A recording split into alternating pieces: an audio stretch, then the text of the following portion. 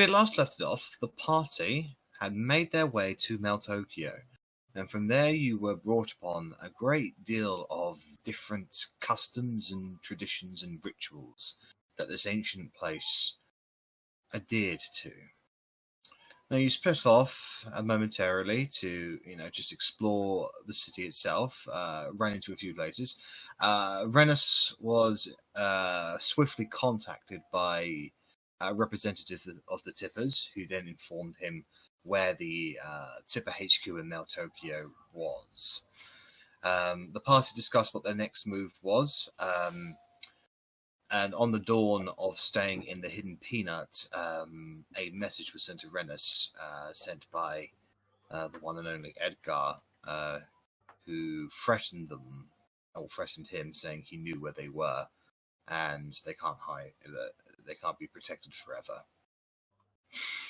And I believe we had just left it off where the party was deciding what they were going to be doing for the next 5 days. So Korgrin and I believe Bellatrix would like to sit down for the next 5 days to read their books. That sounds wonderful, yes. Get my read on. All right. So I believe Otti heads out and basically spends the next however many days selling all of the useless crap that she has acquired in the bag of holding, buying a couple more things, which gave her the grand total of 12,941 gold pieces and 5 silver pieces in profit. I think we had a lot of shit in that bag. Yeah. We did.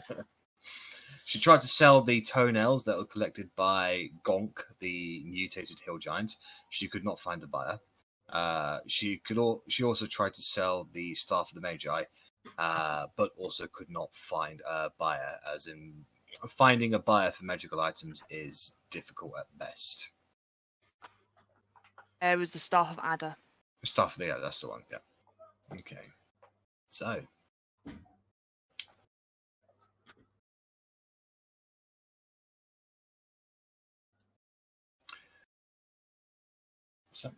Leon, what's he doing? Anyways, so how would you guys like to? In what order would you guys like to go in? Basically, I know that some people wanted to go to see specific places, go speak to specific people, learn specific things. Just what order would you guys like to do that in? I'll be sticking with Rich, so. Well, I mean, I'm happy to go first and go through what I've done. So I found a nice little leather crafter, and I now have a fantastic little harnessy strap thing where I can slip 8 daggers in, and they're all hidden away, but they're easily accessible at all times. And seeing as I only actually own 3 daggers, I'm also now going dagger shopping. Standard PHB prices for the daggers here. I'd rather go for the magic ones, and I can keep a nice little, or at least, well, I don't know. I've got the one magic one because I've got the what the hell is it called? The dagger of venom. But I've also got the vicious dagger. And the vicious dagger's it is a magic weapon. Okay, I didn't think it was. Oh yeah, so it's just on crits that does it. So dagger of venom is magic, and then I wanted to know if I could possibly get one of the silver daggers that I've got enchanted to make it a magic weapon, rather than just silver. So these are all things that I'd like to ask at the magic shop. So you want to get your silver dagger enchanted to make it magical? Yes. Yeah, okay. So that's basically on the agenda of things that you can do when you go to the magic shop. Because after a day or so of basically just asking around, you are directed to a relatively obscure but infamous shop that only the locals who have need to know of such a thing know to find the Fox's Cunning, which is located just north of the Calming Winds of War district. Around there. So I think that will be my next destination. Okay. So, I believe because Korgrin and Bella will be basically spending the majority of their time reading and studying, if you have any shopping to be done, it'll have to be done through other members of the party. So, I assume you've given them their lists, or your list. Can do now, but yeah, Yeah. that was. I didn't realize we'd have to. Oh no, send people off. like as in like in character, you give them the lists and basically what you want. Then yes. Yeah. It kind of gives away some of the surprise, but yes. Yeah. Okay, so, I mean, in regards to the one special thing that we spoke about, Korgrin, obviously that can be done in your own spare time after you've read your book. Yes. So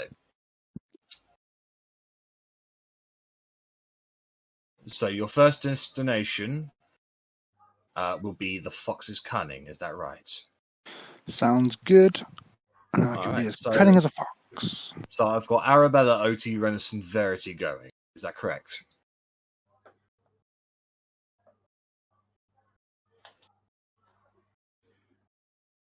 Yeah, Cool. I'm heading there. Okay. So, wandering through the streets of Meltokio into the more, shall we say, older district.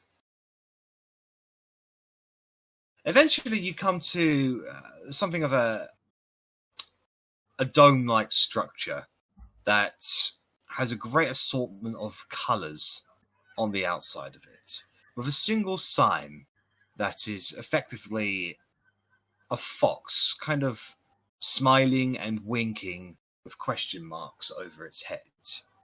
No symbols or anything like that. It's just quite literally that.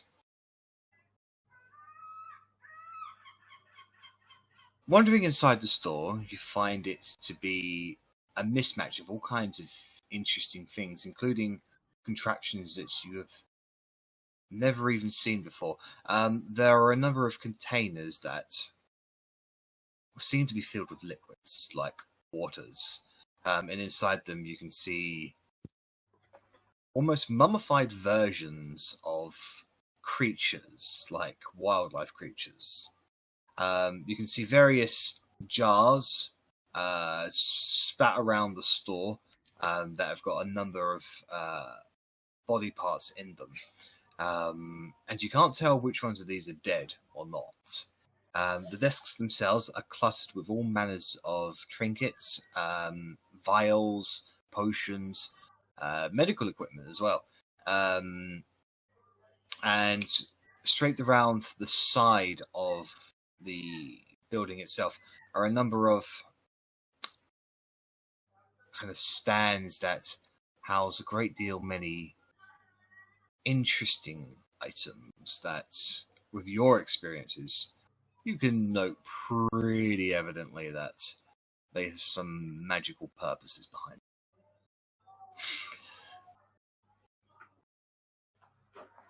Standing in front of you on the shop floor are 3 individuals. One of them appears to be a gigantic feline cat with brown fur, wearing a red coat and a purple gem, sort of to button it all together. He's got a big wide smile about him as he is currently dusting the place. There is one person over by an abacus, a very, very old man with only a few teeth remaining, a large beard, sort of pointed, and great bushy eyebrows. Looks like he's got a few rodents crawling over his shoulders. He's just sort of mixing random things into a pot and a few vials. On the other side, you can see a well-dressed individual. You can't see their face, but he's got large fur skins that sort of reach over their body. He's got a large, not large, but a rather well-adorned beret / hat that kind of just sort of signifies a presence about them. But they are moving rather oddly. But you can't see their face at the moment. And as you walk in, the cat immediately sees you, puts the brush away, and he walks up to you. And he says, welcome, welcome, welcome. Welcome to the Fox's Cunning. I assume you know what manner of oddities and eccentricities we sell here. We have heard some rumours. We thought it'd be best to come and investigate them ourselves. Well, welcome, welcome indeed. What manner of interesting things are you looking for? Well, I mean, I'm primarily in the market for maybe a dagger with some kind of magical property. No, we sell a few daggers here. One very different from the last. But is this your first time here in the Fox's Cunning? It's our first time in Meltokio. It's certainly our first time in the Fox's Cunning. Ah, well, as you might, I might direct you to the sign over there. And he does point out, not a relatively large sign, but, one with a large font. It's basically an advertisement of a competition. It says, customers, the Fox's Cunning rewards insight and manipulation, cleverness and comeuppance. If any customer is able to prove which one of the store owners is the fox, then you win an item of your choice.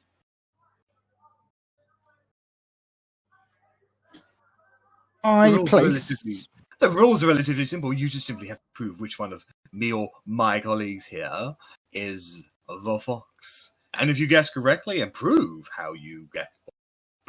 which one of us it is, then you may choose anything you see, and anything you don't see as well.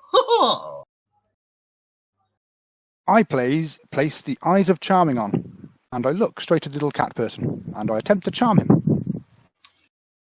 Okay, so he's going to see this. He didn't say I couldn't charm him. All right, that's a fail. So he is charmed by you. And I will ask him which one of you three is the fox. Oh, that would be telling now, wouldn't it, friend? Yes. It would be telling. Oh, I quite like you, actually. There's something about your appearance or just your demeanor that really, really tells me that you're somebody who quite would like to get along. Maybe I'm the fox. Maybe he's the fox. Maybe my compatriot over there, the one you can't see his face at the moment, maybe he's the fox. And maybe we will have a little bit of a protection on our minds that prevents us from revealing such stuff. Maybe well, I suppose that would have been a little bit too easy. Maybe we fought ahead on that one.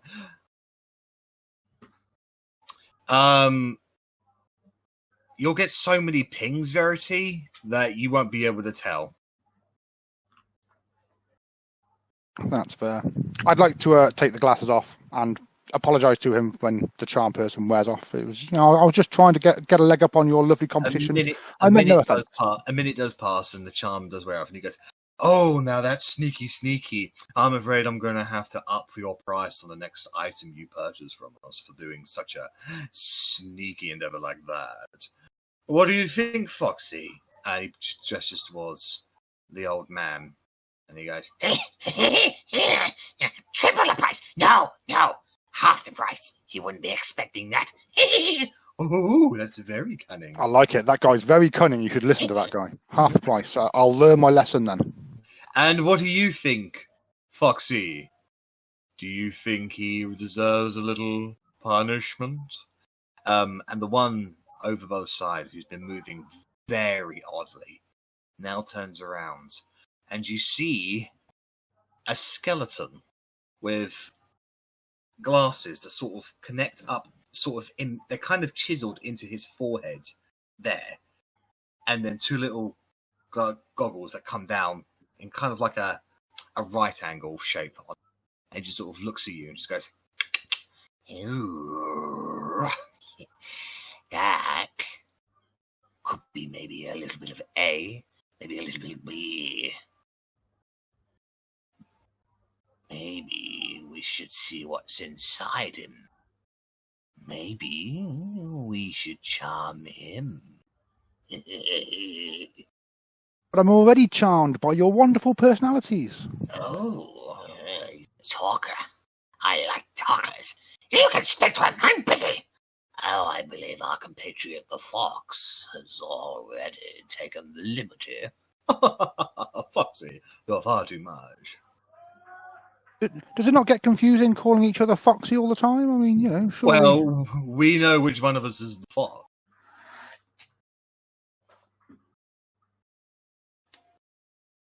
I mean, one of you certainly looks like a fox.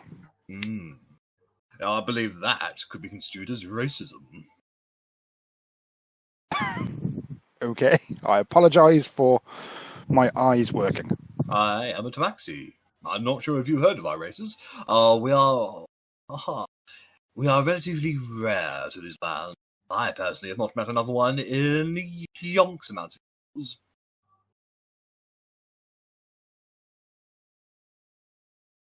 So, Question. yes. No, what was the question? Like, do I have to just identify a fox, or which one of them specifically is the fox? Yes, that is which one you have to. The competition is you have to prove with evidence which one of these people is the fox, and if you do this, you get an item of your choice.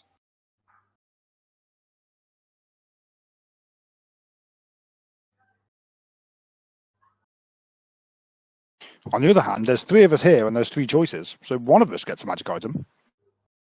Well, you'd have to prove it as well. Yes, you can't just guess, otherwise everybody would get an item. You have to prove which one of it is. Bit of cunning is required. Can I do a quick locate animals on a fox to see if any of them light up? Hold on, let me just check the spell on that one. You ruined Jack's game. The closest creature within 5 miles. So you're looking for a fox, is that right? Yeah, I mean, I assume it's going to be some kind of like magic creature, but it's worth a try.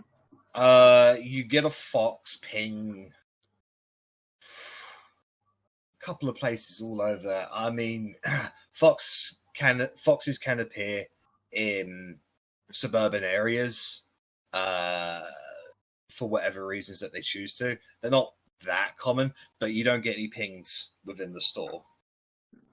And can I, like, as it's going, still take a quick run outside to check the sign? Yep. I have a feeling it might be the sign as well. Okay, so you look at the sign. It appears just to be a sign. You don't get any pings that it is a fox. Can I investigate it real quick? Yeah, go ahead. Make an investigation check.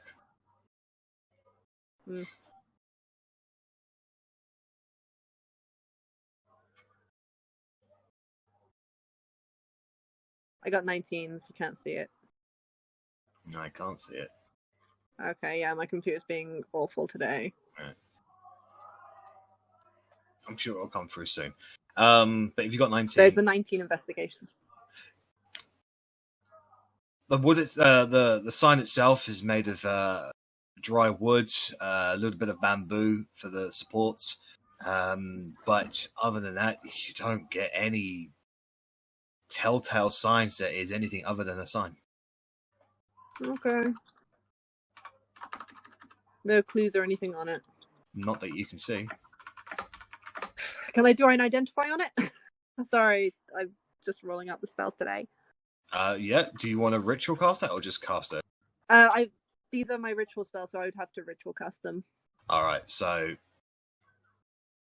you have not spent more than 10 minutes in this store. So this is what Verity I guess I'll does. wait for other people to do their thing. Yeah. When it's been 10 minutes, let me know and I'll roll for a Okay. d20.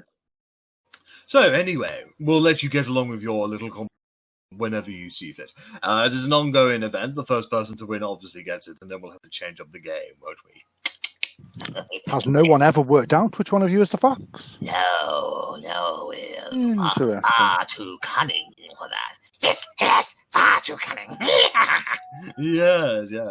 Unfortunately, we've been able to outsmart every single non-fox who comes into this place. So, anyways, welcome to the Fox's Cunning, where your magical wonders and needs will be met to your great specifications. We have a great deal of items for sale around here, along with some very specific items that I wonder if they're in your price range. So, what are you looking for today, good sirs, and madams, and people of indistinguished biologies? He's sort of gesturing towards the blue-skinned human. Well, I would like to see your magical daggers. I was also wondering if you were able to make a dagger that I currently own, if you were able to imbue it with magical properties. Foxy, are you able to do with some enchantment? Yes, no, not today, tomorrow, yes. Take me about 2 days to do, yes. What kind of enchantment are you looking for? Something to make it magical and give it some kind of extra damage. I'm partial to maybe fire. If you could make it... You want to make it a fire dagger? Yes. That would be lovely. Oh, that will take me 4 days to do. What price should we give him? Let's give him a cheap one. Make him come back. No, we should grossly overcharge them. Make them feel like they've purchased something extremely valuable. Thank you. We'll give you 650 gold pieces. Okay, and what other magical daggers do you happen to have?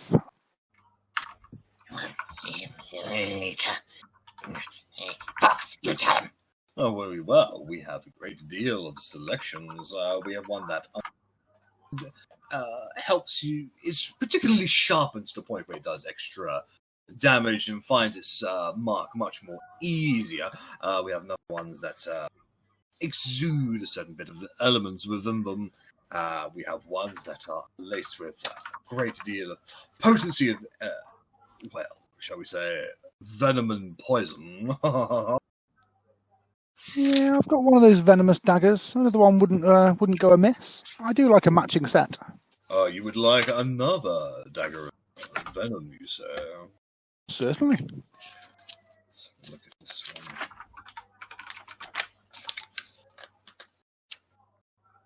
Well, that is a particularly rare item. Does not come cheap. I'm going to have to charge that one. Just a moment.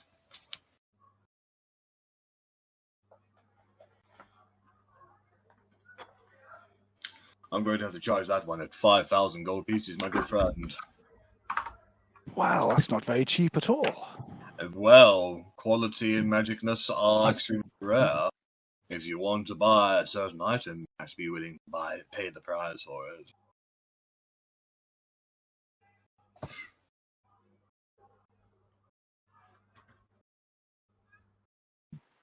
Okay, so if I'm going to pay 5,000 for this dagger, then maybe we'll just call it 5,000 flat for the dagger of venom and for the enchanting of this lovely silver dagger here.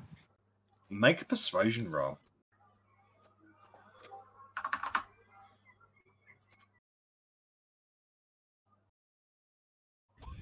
Shouldn't be advantage, but 15. Is that a 24? That doesn't make sense. I'm not physically able to roll a 24.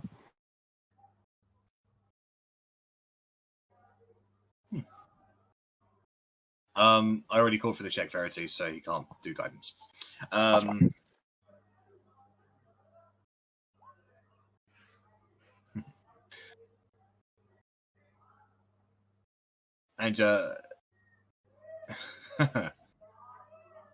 okay. He looks at you and he says, 5,000 for the item.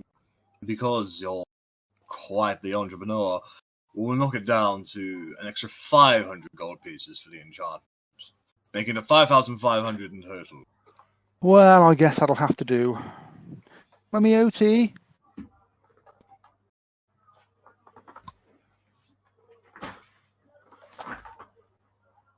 if you can give us 4 grand, I'll pay 1,500 of it. Is what I've got. And that'll be me for now. Okay, so you can put into your inventory a second dagger of venom. Nice. So obviously this will work separately, so you can activate.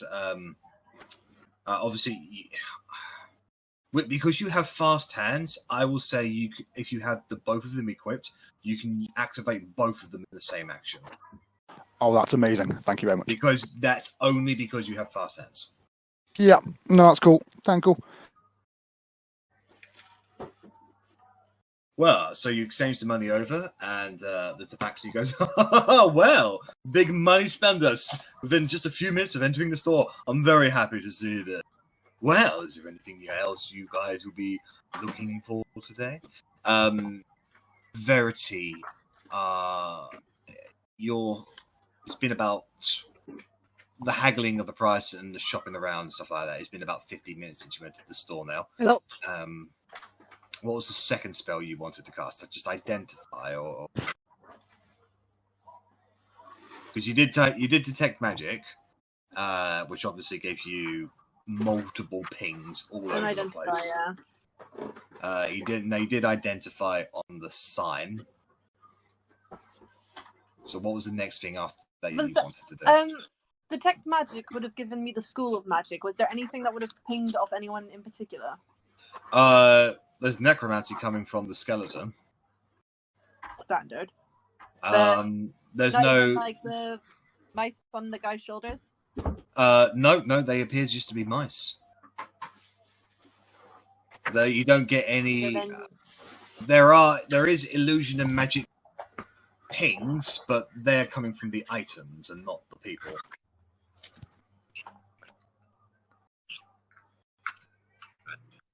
Okay, no illusion magic coming from the daggers Rennas just bought, right?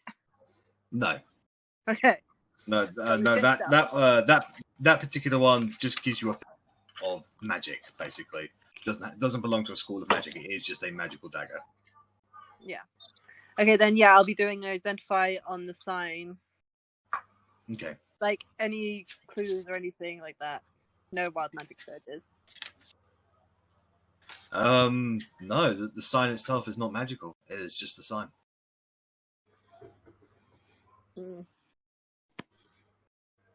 Okay. So, yeah, I'm just thinking because like I had nothing in particular that I wanted to do, so this might be my 5 days. Trying to figure out which one of them. Oh. Anyway. Okay. So, And yep. can Yeah. I get out my foxskin scarf and see if I get a reaction to begin with? That is absolutely beautiful and magnificent. Did you make it yourself? I did not. I bought it on my travels. Oh, well. Would you like us to turn it into a real fox for you? I'm okay for now, but if I want that, I will come back. Thank you very much. She's cunning, very cunning. Yes, we must keep eyes on that one. And can I like walk around and just basically look around the store as I'm singing "Sly as a fox, you've got me under your spell"? There are a number of items around here that you would consider to be useful. Is for there yourself. anything that would give me a clue as to which one of them is the fox? I want you to make an investigation check, please. I'm not very good. Oh, I am good at this. Okay. You do not get any clues. Okay. Damn it, not good enough. Other than that, if my arrows are here, I'll grab some. Arrows. Yeah, well, they don't really sell any normal arrows. They do have magical arrows. What magical properties of the arrows? There's simply +1. Hold on. Just trying to find shit here. So they have got 50 +1 ammunition. How much are they? Per shot.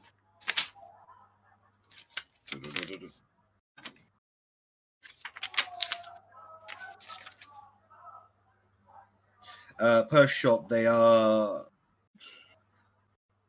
105 gold per arrow. Oh, that's a lot. I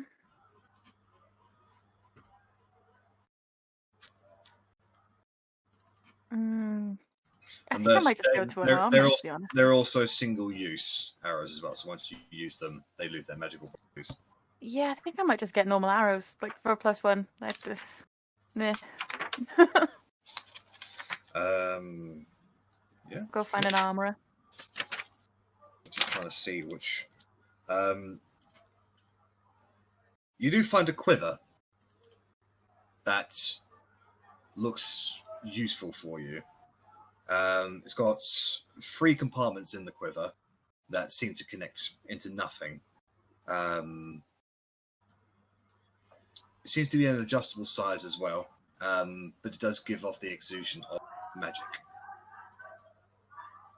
Can I Arcana check it? See if that'll give me an idea, or will I need a bit more? You can make an Arcana check. Inspecting it a little bit more closely, the engravings on it, the magical sigils, you come to notice as a quiver of Ilona. Google, I go.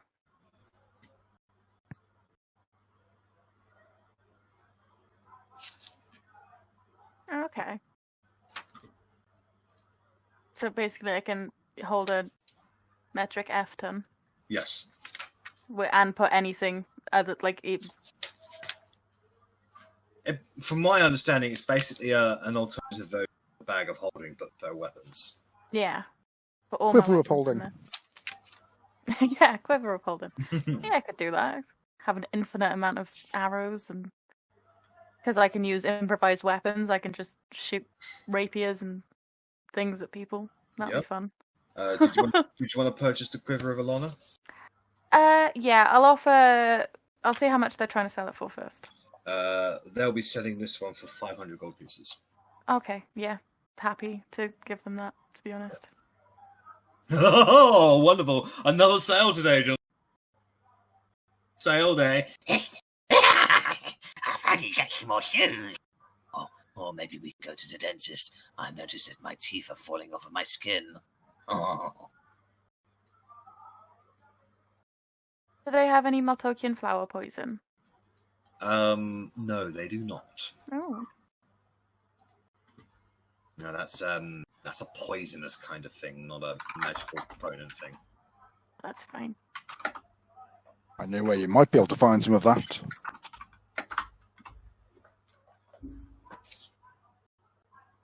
Otti, will you be doing any shopping around here, looking for anything? I'm going to take the black shard out of my bag. What's that? What's that? Oh, yes, what is that? I don't know, Foxes. What is that? Well, would you like to tell us? And I hand it over to the guy in the middle.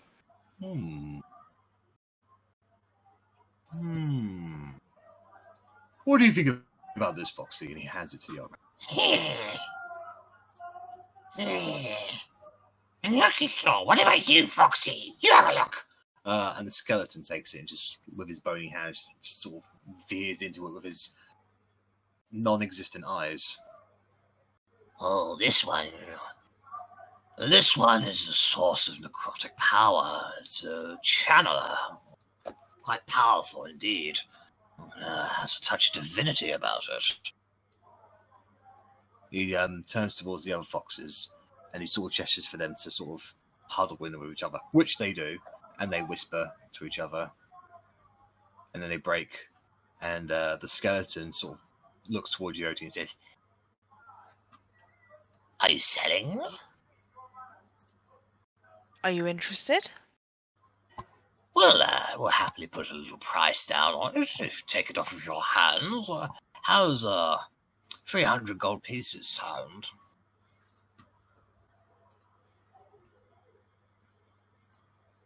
No, I kind of like it. I'm going to make it into a piece of jewellery, and I open up the bag and for him to put it back in the bag. Just to see what his reaction is. What? I want to get character insight on this because they are inciting you. So, 300 gold pieces. Does Otti believe that's worth it, or like what's her intention here? So, the intention of the bag was to try and see how badly they want it. If they want it really badly, they'd be like, Yeah, okay, we'll try and negotiate it. So basically, you're bluffing them. Yes. Can I get a deception check from you, please, versus their insight? Yeah. An offer of 300 gold straight away for something that we don't even know what it is makes us think maybe it's worth something. So, they peer at you, and the old man is certainly a little bit more uppity, but he sort of settles down very quickly. And the skeleton looks at you, Otti, and goes, Don't be hasty, don't be hasty. I'm sure we can come to a much more agreeable arrangement if 300 is not suitable for such a mundane item. How above? You cut out just at the end. If 300 is not enough, if 300 is not agreeable, and then you cut out. La la la la la la la la. Can you la la la? I can hear you. La la la la la. Right, 375 gold pieces.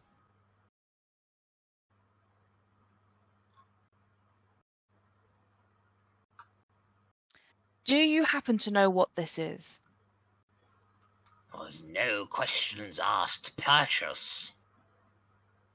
If you want to know, then how about we'll give her the information in exchange for a lower selling price. After the arrangement, of course. Nah. I open up the bag again to get him to put it back in the bag. Alright, make another deception check. I assume you're bluffing again. Yeah, be the last real bluff, and I'll have to put it back in the bag. That's a 6.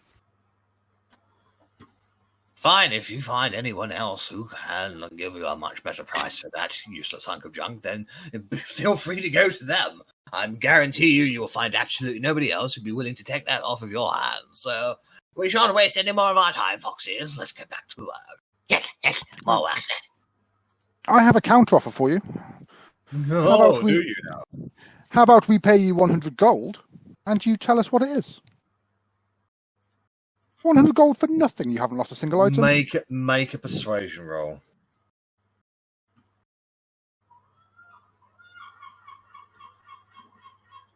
$29.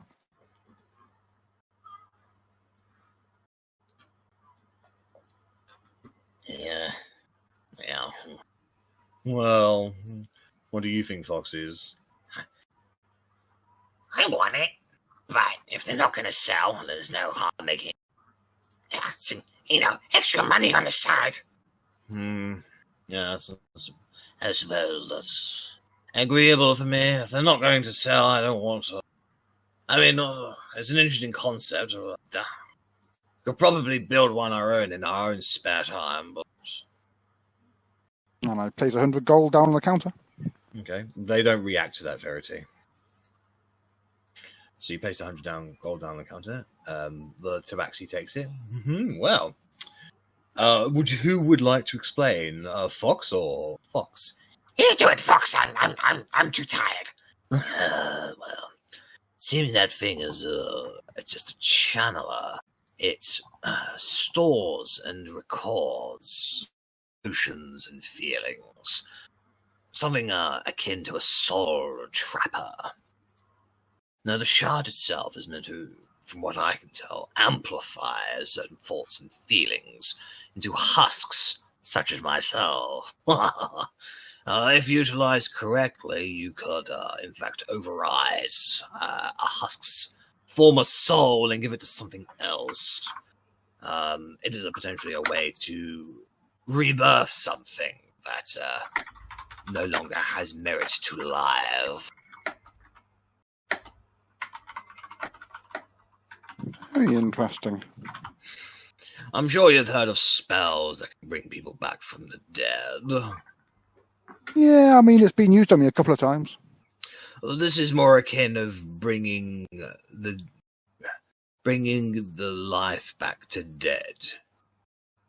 It doesn't seem like much difference, but when a dead person comes back to life, they are alive. But bringing life to dead doesn't mean that they are now alive. It means that they are something else entirely. Many scholars wonder what that could possibly mean. Some would even say that's the closest thing we can find to divinity. I feel Catan might be very interested in it. Catan, did you say? Do you know a lovely gentleman called Catan? Yes, he is fantastic. One of our biggest customers over in the capital way. No, we haven't received a purchase from him in a little while. I certainly hope he's not bit the bucket. Oh, I'm sure he's absolutely fine. It's been a while since we've seen him, but I'm sure he's fine. Oh.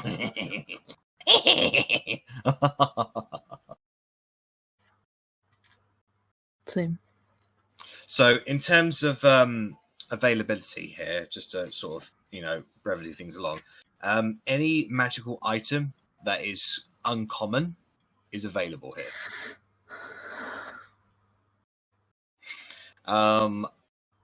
They have got some very specific things that are rarer. I want everybody in there to do an Arcana. Aha, this is Rennas' wheelhouse. He's great at Arcana. Wait. Yeah, not one. Magic stuff, Rennas. Oh, I've got my daggers. What else do I need? Okay. And one from Verity. Does he have a cloak of billowing? Is it uncommon? It's common. Then I'd say yes. Amazing. You mean a cloak of billowing? Yeah, cloak of billowing. Yeah. Does it do nothing but just billow? Like it's. That's all it does. That's amazing. I really want one. Yeah, no, they have. They've got 10 available. They will sell them at 80 gold pieces each. We could get Team Numpty capes, and then we could take them to an embroiderer and have like Team Numpty on the back of them. No They capes. just billow. Right. So How many amulets of proof against detection and location? let me just have a quick amulets. They are uncommon according to the website. Yes, that's right. They have 2 of those available. Could I get them both? Yeah, they will sell those for 470 gold pieces each. Pardon? 470 gold pieces each. Okay. And with that Arcana check, Otti, you are able to identify 4 rare items and 2 very rare items. The rare items you're able to identify is Dimensional Shackles, a Dragon Slayer Sword, a Folding Boat, and a Gem of Seeing. The 2 very rare items are something that you naturally gravitate towards anyway because you already possess some of them. You find 2 Ioun Stones. Oh, You don't know what they are, but you Interesting. can identify them as Ioun Stones, but you don't know what they are. I'm tempted by the boat just to have a boat because I'm awkward like that. So I I'm mean, gonna. we are quite close to the sea, and Korgrin does love water so much that I'm sure he'd enjoy a boat voyage. So I'm going to inquire about the 2 stones and the folding boat. Practitioner of masonry, are we? You been hanging around any dwarves? Funny enough, yes. Well then, Unfortunately. that dwarf will be able to easily tell you the rarity of such wonderful stones. This one, if you were to utilize its functions, it would zoom around your head, and it will make you more agreeable, more charismatic, shall we say. Whereas this one... So like this one. So I point to the one that's floating around my head right now. Yes. Do you already have one of leadership? I do indeed. Okay. This is another one of leadership. This one here, if you were to equip it and utilize it, you'll find it makes you faster and more precise with your moves.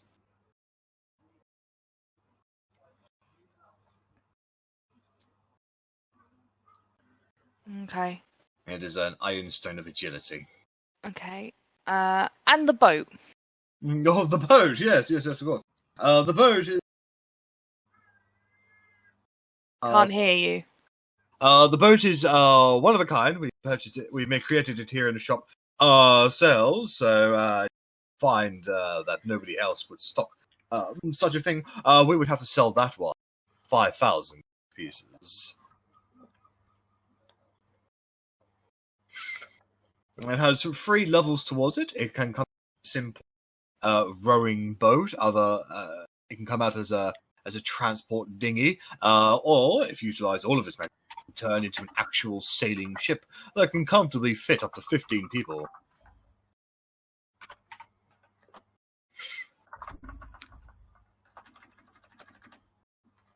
And about the stone that makes you faster, how much for that one? Oh, that's one of our very, very best items. We're going to have to sell that one. Nothing less than 50,000 gold pieces.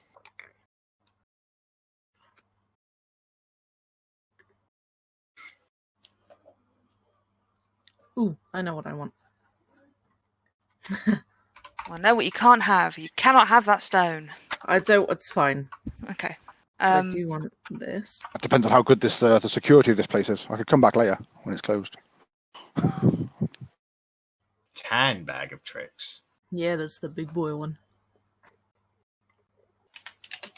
If he has any bag of tricks, I would like either way. Yeah, no, he does have them available. He's only got the one of them, so he will charge that at 500. 500. Yeah. Yeah, I want one. If we got the money, can I have one? Otti, if we got the money, can I have one? Yeah, we've got the money. Yay!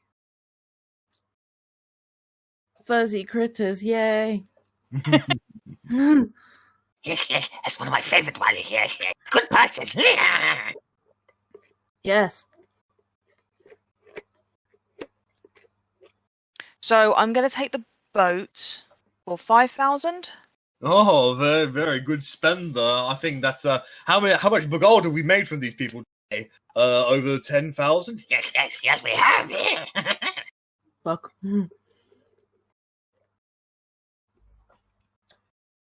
So 10 bag of tricks. And in the chat as well. Leadership and agility, Verity. Why are you popping out? Excuse me. How much is the gem of seeing? I'm sorry if we've already asked that. The gem of seeing, that is a very... No, that's a rare item. They'll be selling that one 5,000 gold. I literally just want to get it to activate it, look at them, see which one is the fox, and, be done with it all. You have to buy it if you wish to utilize it. You use it, you buy it. Well, technically, if I use it and I guess which one of you is fox, I get it for free, don't I? We know you have to prove which one is the fox, but I guarantee you, we are not utilizing any manner of trickery to hide who we look like or what we are. It is quite simply a game of mind. This is a magic shop, but we are the cunning foxes, and which one is the actual cunning fox requires cunning to understand. Unfortunately, there's no item in here that will tell you the answer. You're going to have to figure that one out for yourself.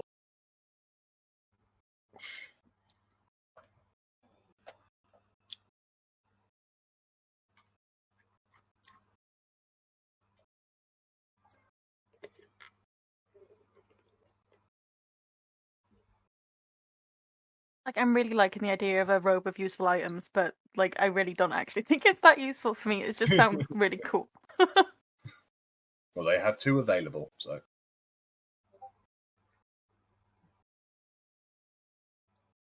If you purchase another item, say another 5,000 gold pieces, then we'll show you our very, very best item in stock.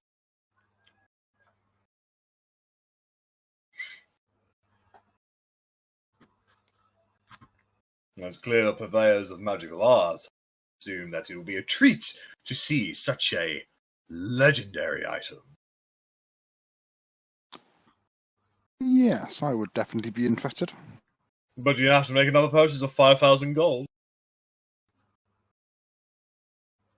But I have, well, in fact, I do still have 2 more dagger slots.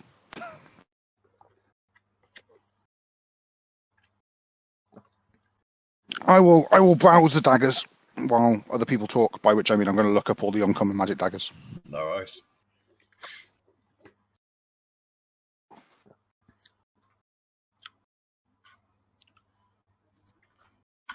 Verity, is there anything you'd like to be doing at this point?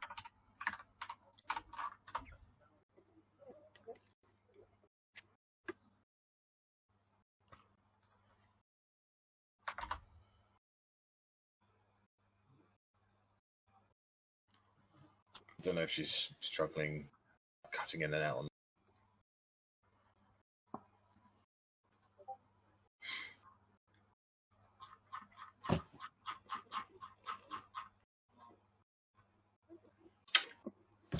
The stones, because they are very, very rare, they're charging them at 50,000 gold each.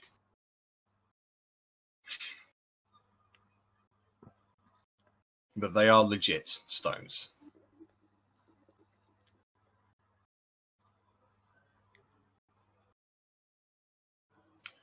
Well then, is there any more purchases to be made today? Are we going to be richer foxes? How cunning of you. Yes, cunning. Yes, I thought so too. Is the skeleton on the end a human skeleton? Yes. Cool.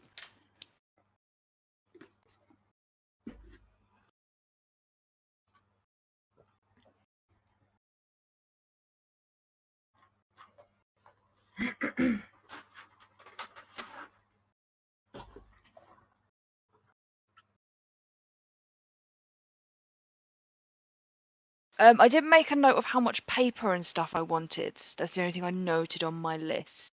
Yeah, no, I put a general price on for. Okay, that's fine.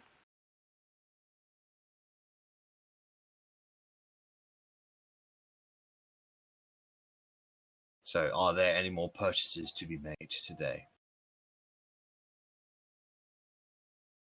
Nothing that's jumping out at me. I know, I've just completely overwhelmed you with choice. You really have. All exciting. Well, you know, you can always come back to the shop. So.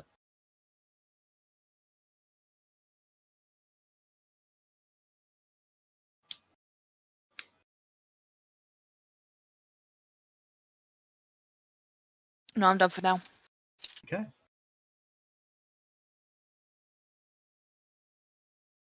Let's wait to see what Verity's going to say.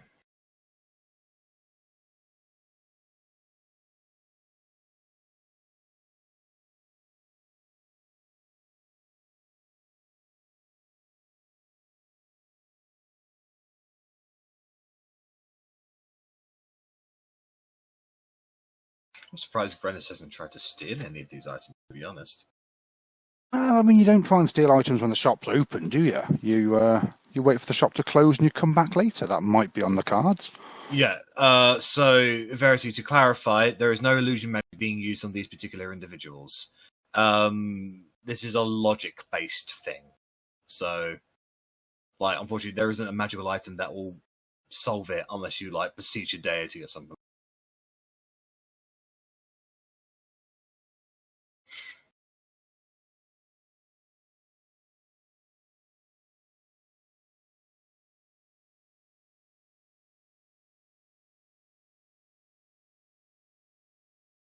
Okay.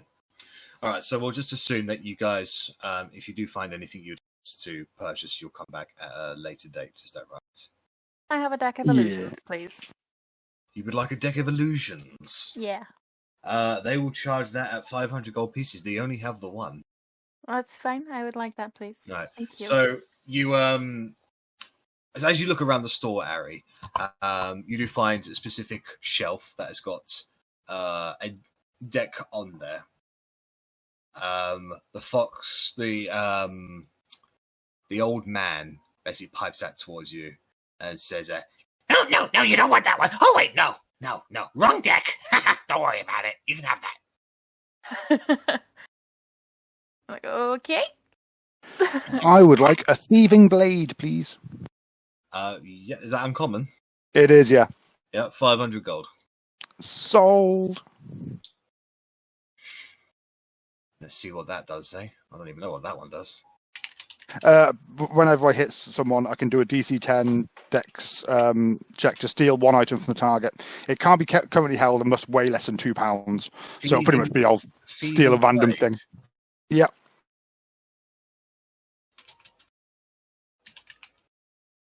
That is a homebrew item, just. Oh shit! It is a homebrew item. I apologize. No. No. Okay, no, that's fine. I homebrew the shit here. I just reading through a list. I didn't realize it was homebrew. I mean, no. Arri just picked up a deck of illusions. The old man thought it was another, but she said, "No, it's fine. Yeah, you can have that deck." Which makes me think there may be a deck of many things here, but... I mean, would you guys want a deck of many things? Fuck yes. Yeah, a bit. Like, you know, it's Arri. Come on. She'd probably pick up the entire deck and be like, shit. It's a whole no. I mean, as far as I'm aware, there's no more successful way to derail a campaign, but Verity's a close second.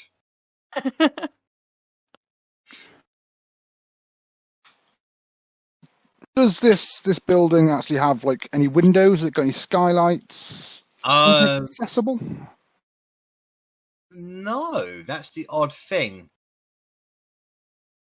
I mean, robbing a magic shop is always going to be risky, innit? There's only one way in or out, and that's the front entrance. Okay. Right. So anyway, you finish your purchases, you hand over the last few lines, the money, and they all thank you very much for your time. And as you go to leave, the door opens up, and somebody steps in, walking very proudly.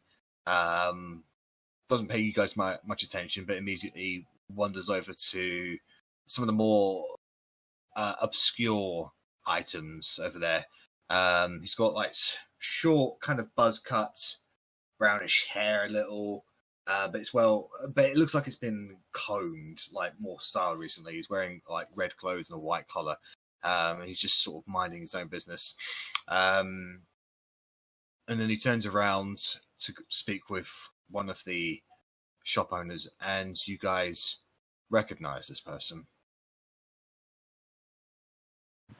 Who is this person?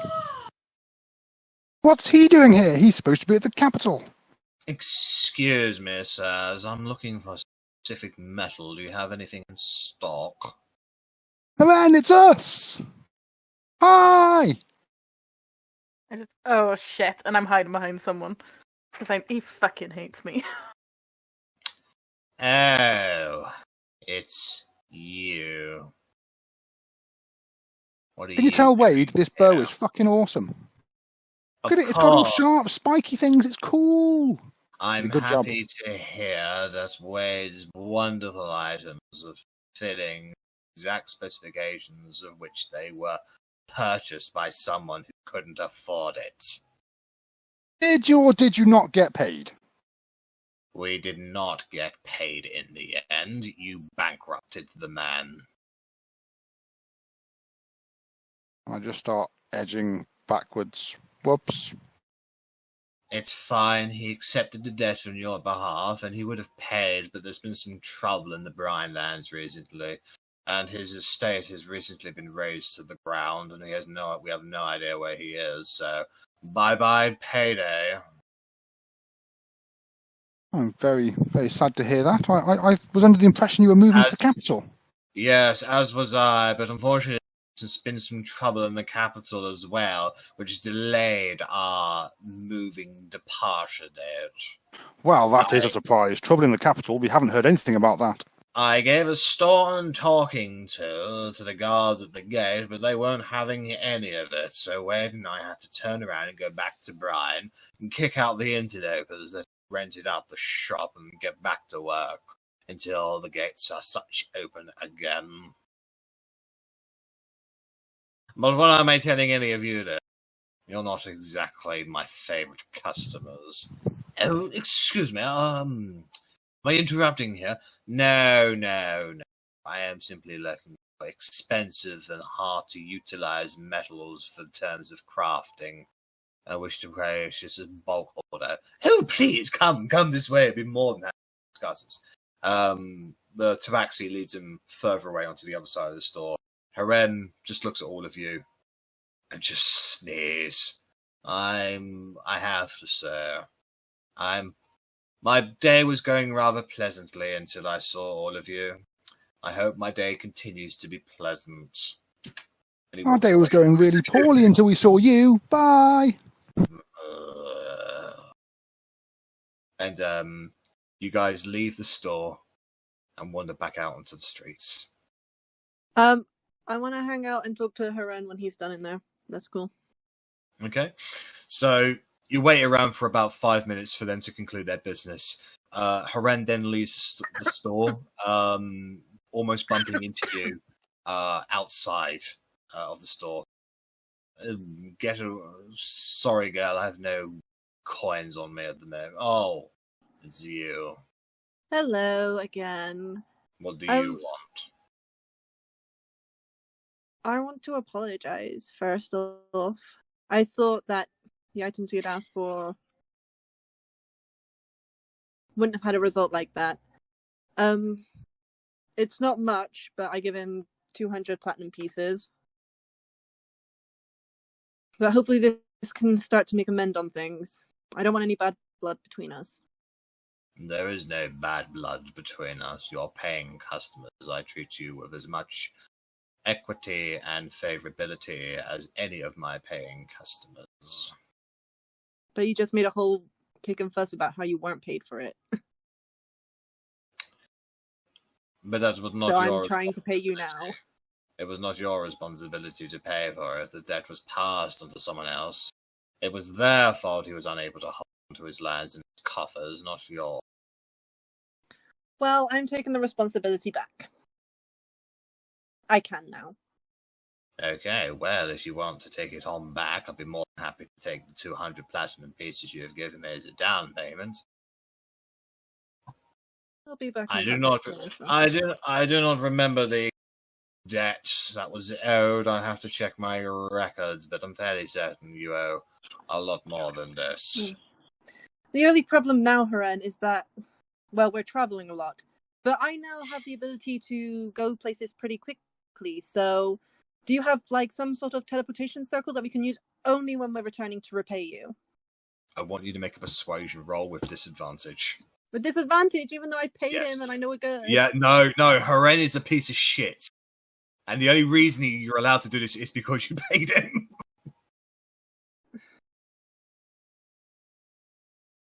Sorry, it's like rolling, but I am... That's fine.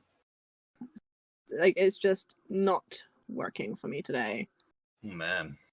I'm going to go grab a deck of cards so I can sort out my deck of illusion. I'll be right back. I mean, do you want to do it for me? It's a +9 to persuasion for me. Sure, I'll just do a quick roll. 20. Fuck. DC. Fuck's sake. Oh, there's my 3. Oh, that's all right. Well, you get the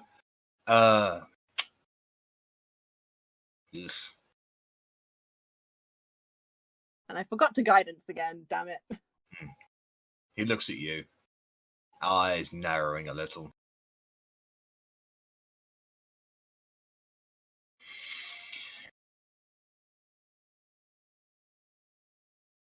I'm sure it'll be profitable for you in the end. We're always good to bring materials and stuff as well. In fact, and I pull out a unicorn hair and I'm like, you can also give this to Haren to experiment with, hopefully make something expensive for someone else. Wade.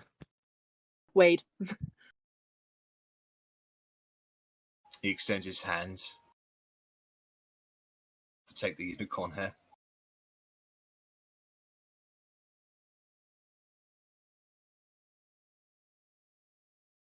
Do you give it to him?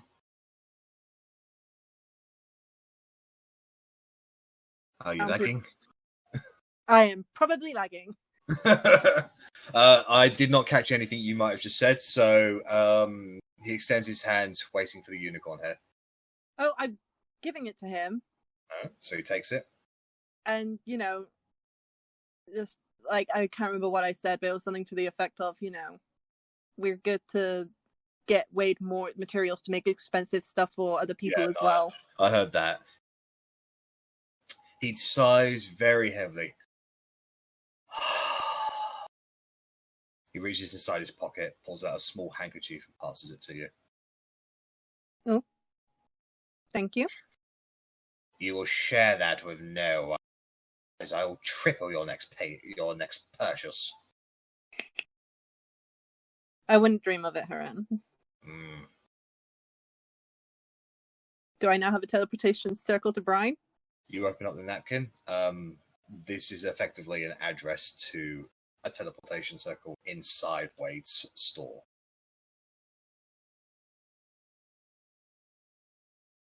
Nice. Send Rennas. He'll clear out the store. So yeah, we have a quick get to Brian, guys.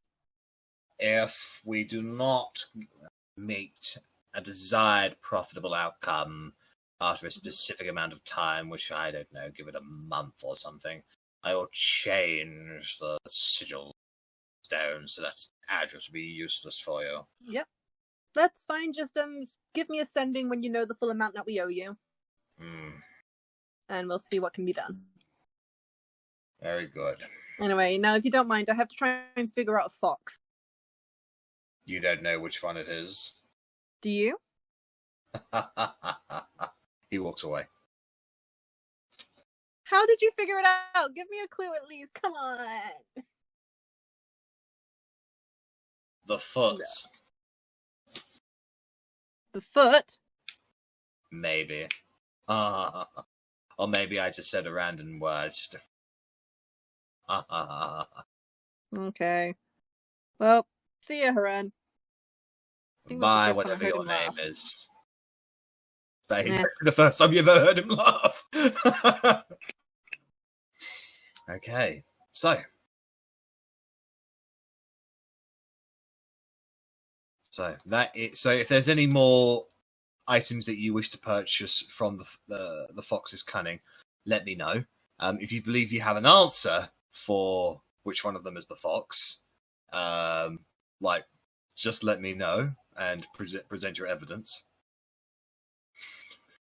Just from a DM's mechanic, it was down to their personalities.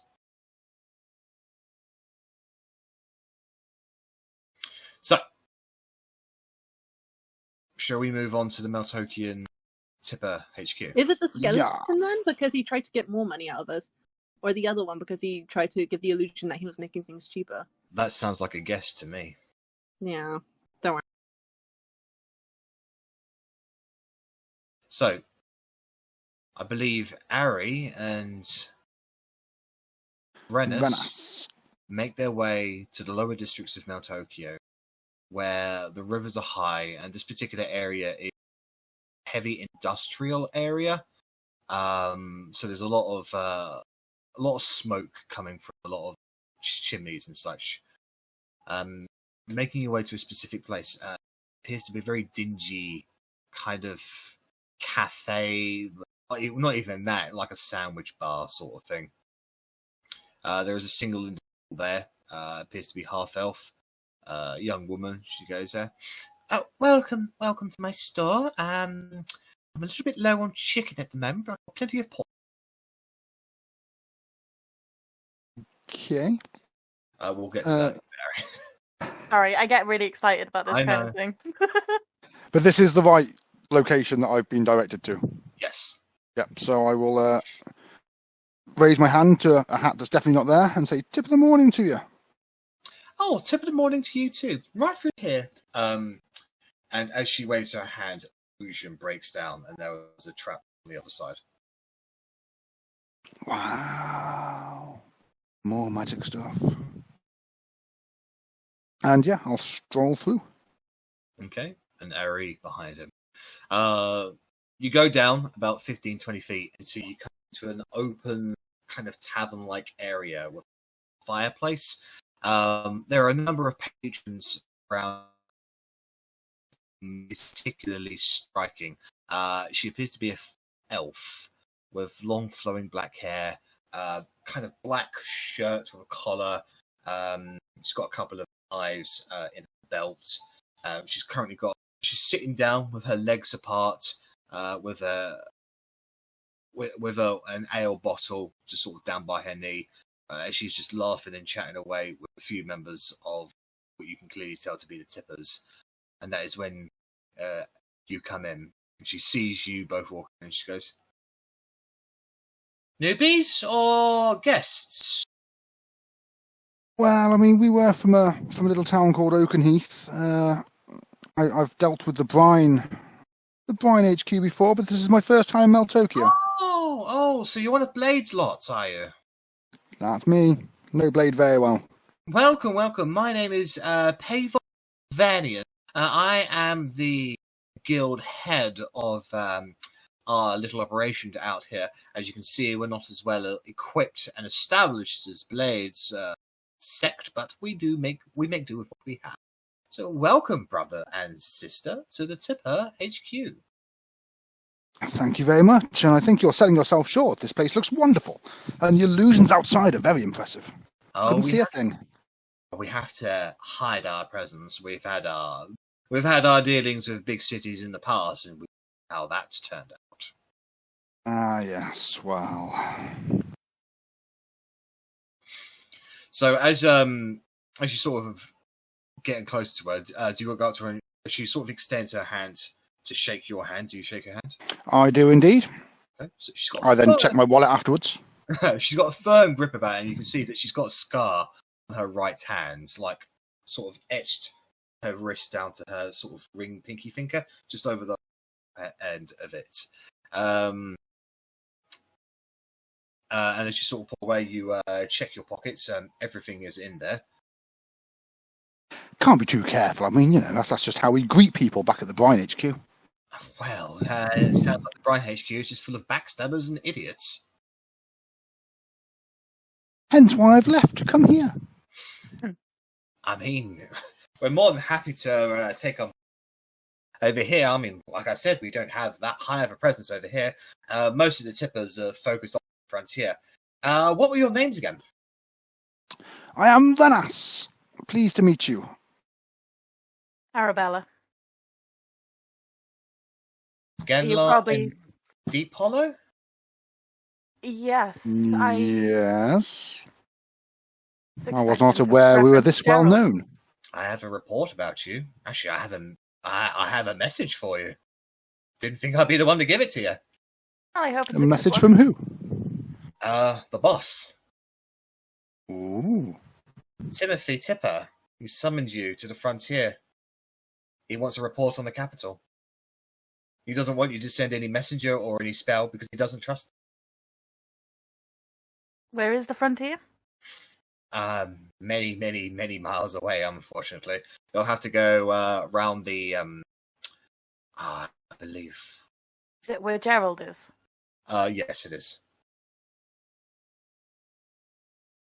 In order to get to the frontier, you could technically go through Path Adellen and see if there's a mountain path onto the other side, but generally the path you'd have to go through Brine, then onto Vorod, and then on the main path will take you to the frontier.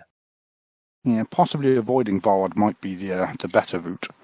I mean, you can go through the wilderness, but you are looking at you are looking at a long journey. It's quite literally on the other side of Windwood, so. And I suppose you happen to know of any teleportation circles out at the frontier, do you? Not our expertise, unfortunately. Well, no, it's just it's a long way. But still, being summoned, having a request from Timothy Tipper himself, that's quite certainly not what I was expecting. I will make it a priority to get out there. Good. I mean, there's been a lot of rumours coming out of the capital. Blade reported that you two were going there, so along with a bunch of other your friends, but they're not Tipper related. So I do believe he wants to know exactly what the fuck happened there. I mean, they were honorary members. I believe everyone got a Tipper coin. Oh well, nobody told me about that. Ah, well, that's okay. Glowick would go. Yeah, Loic, fair. Okay.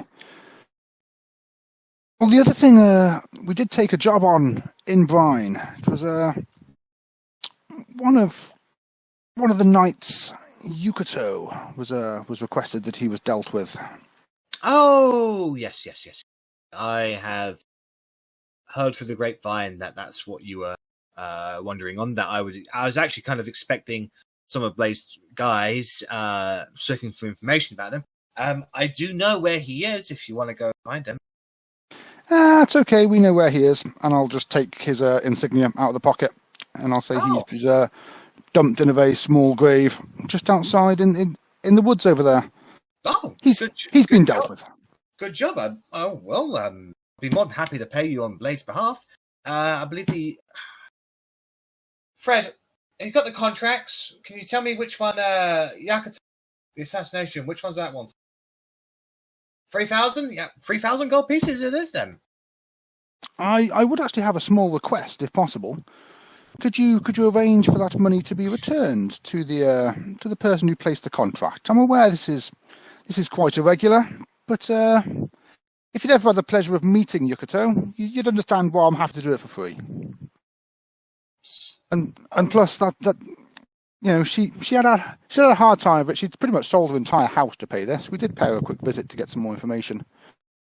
As we know, the more wealth that's floating around people, the more targets there are to relieve them of that wealth. So it just seems pointless to take her money from her at this moment. Hey, I'm not someone who judges people based on how they want to spend their money. I mean, I think that's pretty cool. You want to give the money back to the guy. I mean, hell, none of these schlogs will do a job and request that the payment go back to the person who paid them. So that's you're an odd one, but sure, we know we can. Well, luckily I've had a reasonable time of getting some jobs lately, and cash is not too strapped. Although I was just fleeced down to that cutting fox. Oh yeah, the magic place. Yeah, don't go there unless you want to get out. Well, I needed some magic, and that seemed to be the only place in town. We know of a few magical places around, but they're, as of right now, untouchable for our particular. But if you're looking for work, I've got a few missions available. Certainly. What sort of work have we got? Well, considering famous enough to be summoned by Timothy Tipper, I'm not going to give you any of the rank and files. Like, no pickpocketing, no... Very much appreciated.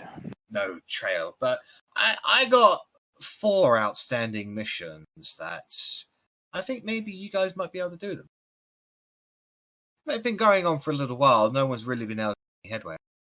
2 of them are in regards to that monastery over the road, the August Temple. Okay. I'm intrigued. Well, they are pretty close to people like us, shall we say.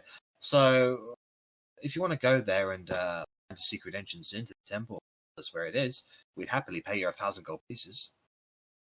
What, just to get in? Just to find a secret entrance in. Something that we can sneak in and out for any other missions that we might have. You know, that's valuable information. We don't have that. I will certainly keep an eye out. If you are going to go to the temple as well, find a master that can be persuaded with information that they don't want other people to know. If they don't want said information to be made available to people to know said information, then they would train some of our agents in martial arts. Think of it. Scouts and footmen trained in the arts of the warrior. I mean, that'll easily make me one of the best branches of the Tippers there is.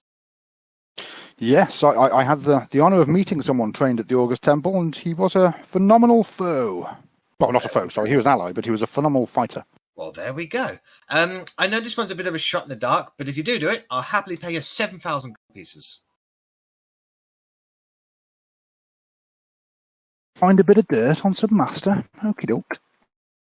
And then use it to bribe him to train our agents. Yes. And Lovely. Speaking of getting dirt, there's another one over in the Forbidden Temple. We've not been able to get in, but there's somebody who works there, pretty high up there. Her name's Ayani Taka. I want you to find dirt on her. Someone just Taka. insurance, shall we say? Certainly. And did you? Sorry, where did you say she was? Ayani Tucker. Well, she hangs out in the Forbidden Temple. Thank you very much. So if you find some way to get in there, then get some dirt on this girl.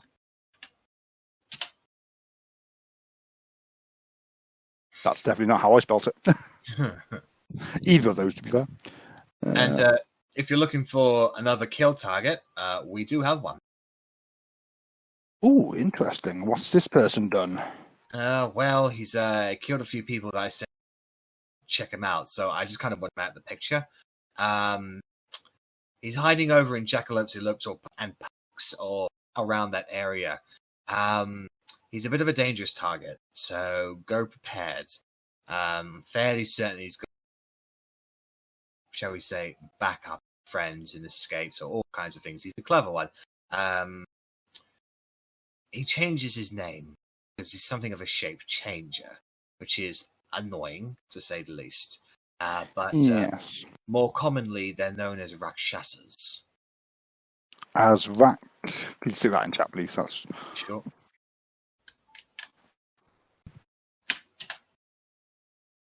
Rakshasa.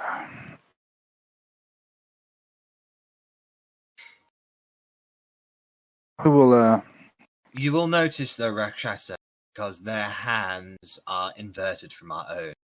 As you can see, my right hand side. If you were to see a Rakshasa, his thumb on his right hand will be on the left hand, right, and vice versa. And that's how you generally tell. Even their shape-changing abilities can't get that little defect of theirs. But they're pretty clever. Yeah. Thing. Very interesting. Also, I forgot to mention, with Ayane, you get down on her, that's 1,700 gold pieces in your pocket.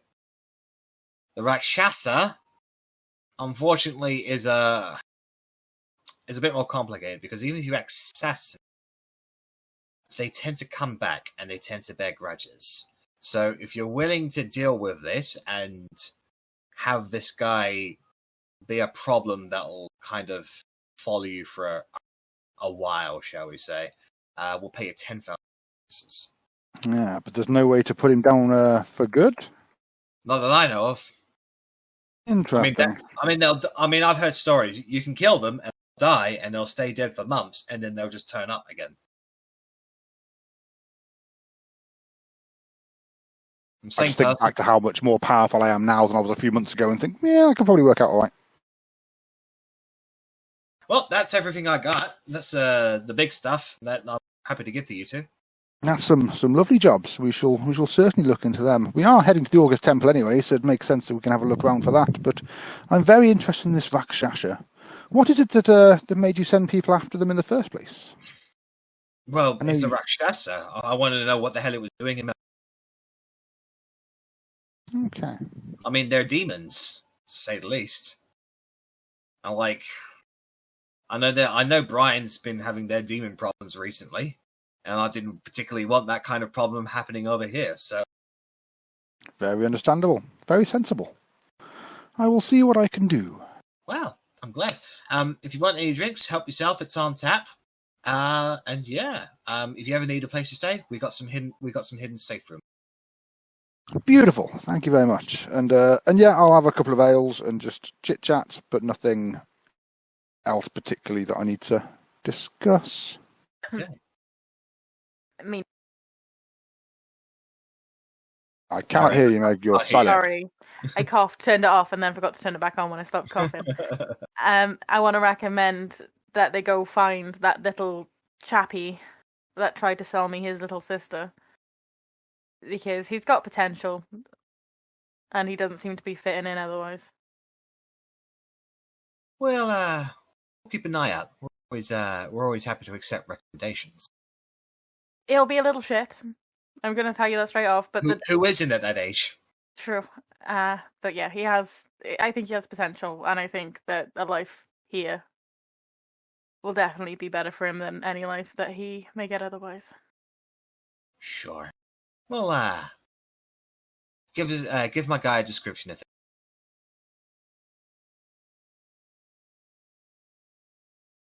So, is there anything else you guys want to do in the Tipper HQ? Not for me. I'll just happily chill out and have a couple of beers. Righty then. So then. See if they got any arrows. I haven't gone to an armorer yet. Yeah, no, there are arrows available. Do you say PHP prices? Yeah, PHP prices, yeah. Thank you. I will find that now.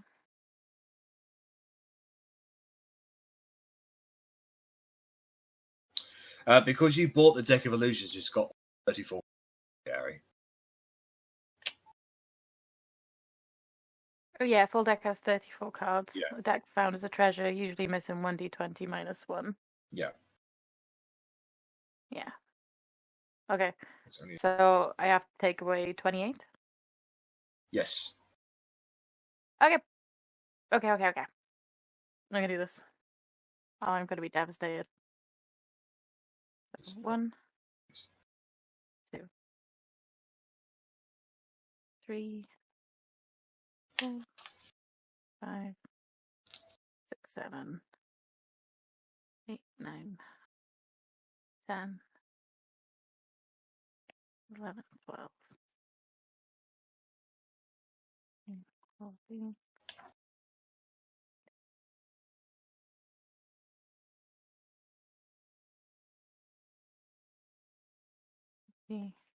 21, 22, 23, 24, 25, 26, 27, and 28. Okay. Is that right? No, that's not right. No. I just did math completely wrong. Yeah, well, obviously you'll need... I just put another 6 in that pile. You basically need Ace, King, Queen, and Jack, and 10 of all suits, and then 9, 8, and 2 all suits, and then two jokers. 2 jokers. Ace, Queen, King, Queen, Jack, 10, That's 9, right. and 2. 9, 8, and 2. Okay. That's what you need. Okay. On to our next. So, Otti, you spend a little bit of time investigating public records, talking to soothsayers, law keepers, like.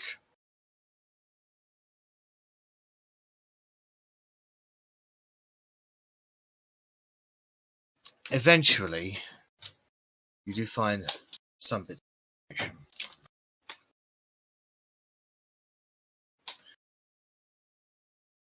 Orien was born about, just checking.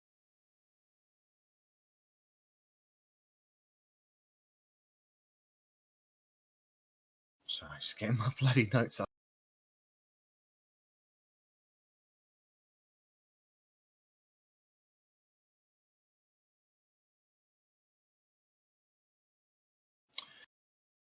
Orien was born about 48 years ago.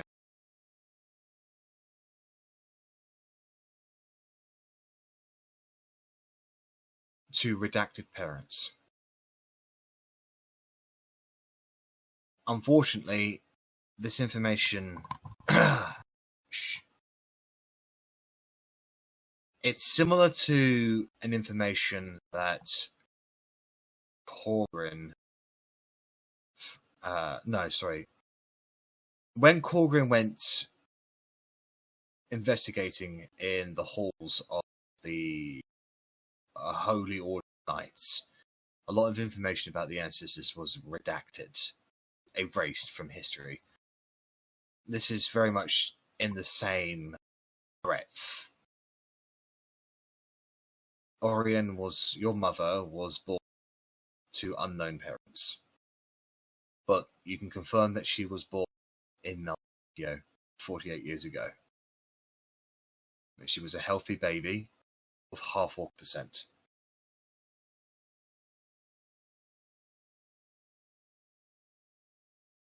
Interesting that both parents were redacted rather than just the one, but yeah.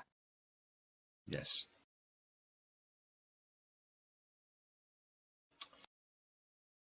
With that investigate, you rolled 21. Yeah, I did, yeah.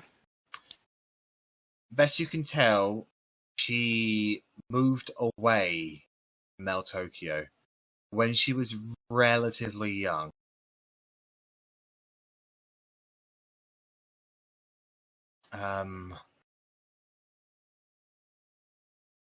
If you could put a time around it, it was right around the time when Windward was preparing against Talia.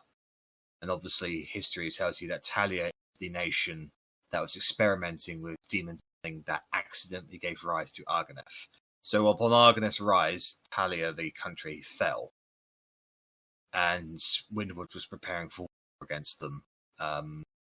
For the official reason was to prevent the spread of demonic plagues. And it was right around that time when the preparation started that Orion left Meltokio, what you can tell to be the capital. Does it say who she left with? No, that's redacted. Okay. Does it indicate whereabouts in the city she was living? No, that's redacted. Yeah. Those military files with just like 4 words and just a load of black lines. The fact it's redacted makes me think that it was with one of either parent rather than like in an orphanage or outside. Yeah. It's the it's the Streisand effect, isn't it? Like, the more you tell somebody don't pay attention to it, the more it strikes out to you, sort of.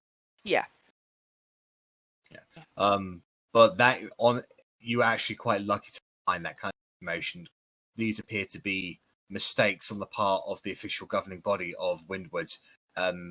Back during when the purge happened, which was complete redacting of all information that put the ancestors in any kind of positive light, or even just from history altogether. This particular one seems to have been missed out. Okay. Where did I find that? Sorry. You found that in public records. In which building? It was effectively it's not the council chambers, but a building that is attached to. Okay. Okay. Cool. Local history as well. Legends and historical novels. Basically, I'll give. I'm preparing an actual book for you, but I'll give you the basically rundown it. The August Temple has long stood beside Meltokio, but not actually been a part of Meltokio. The warriors that are trained there are second to none, and carry a long tradition about them. It's usually headed up by a Grand Master, who is seconded by the First Master, and then the First Master and the Grand Master are supported by the actual masters of the temple themselves, who then train the acolytes, who then also train the warriors, the shamans, and the footmen.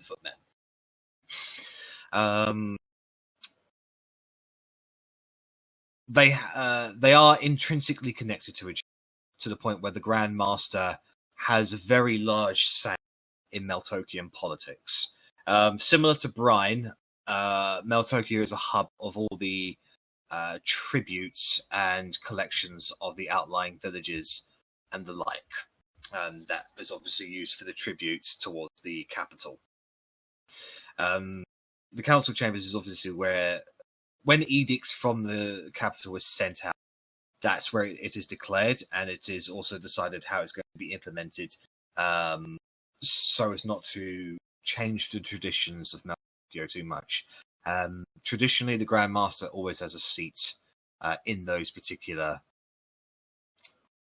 settings. However, the current Grand Master, Suwan Pati, who you know is now approaching his has reached his 85th year, has never really attended any of those meetings outside of times, and in fact has not been seen out of the August Temple in nigh on several decades.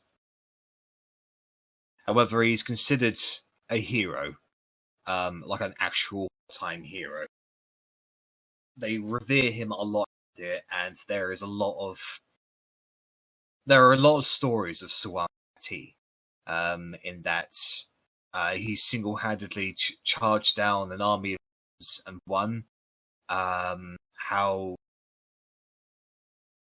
the tides were turned upon the entrance of Meltokian warriors into the fold, and even though he was a Grand Master at a relatively young age, Suwan Pati was there on the front lines for nearly every battle. He is effectively a man born. He is a soldier through. But that being said, he is also a kind person who has always put others before himself. A man of wise words, who is able to make people second guess themselves with just a stare. Okay, no problem, Bella.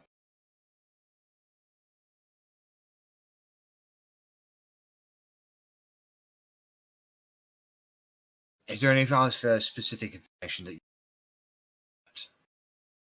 No, I just like in my own time just read the book, and go over like the journals and stuff again and just do some reading about it. Yeah.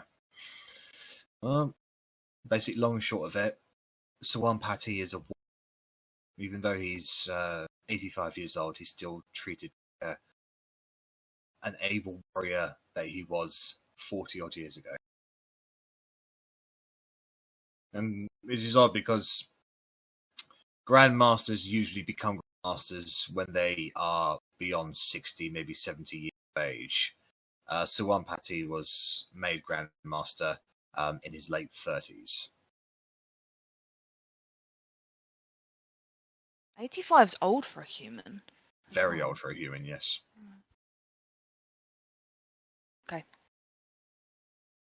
Like, the average lifespan of a human in this world is between, I'd say, 75 to 90.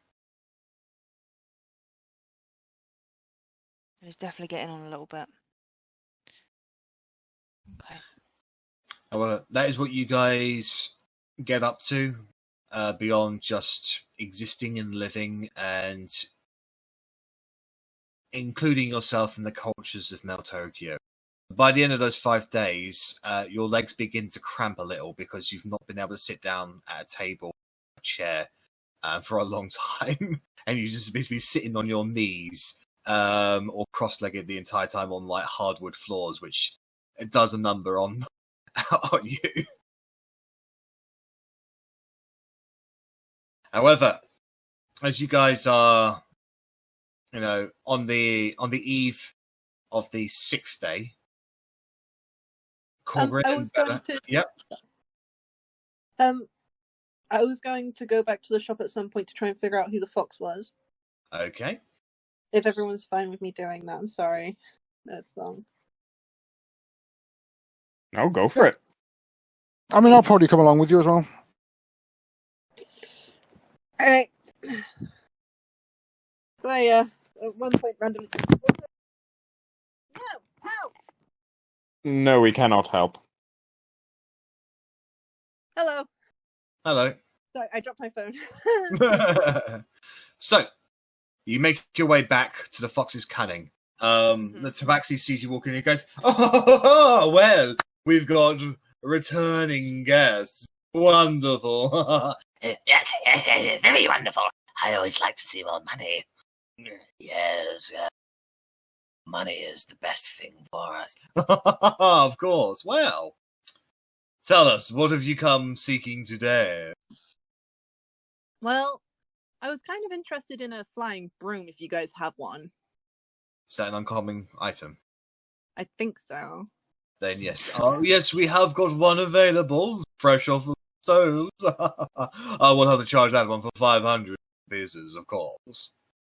500 pieces. That's good. I can pay that. So that's a broom of flying, is that right? I think so. Yeah. I just want a flying broom.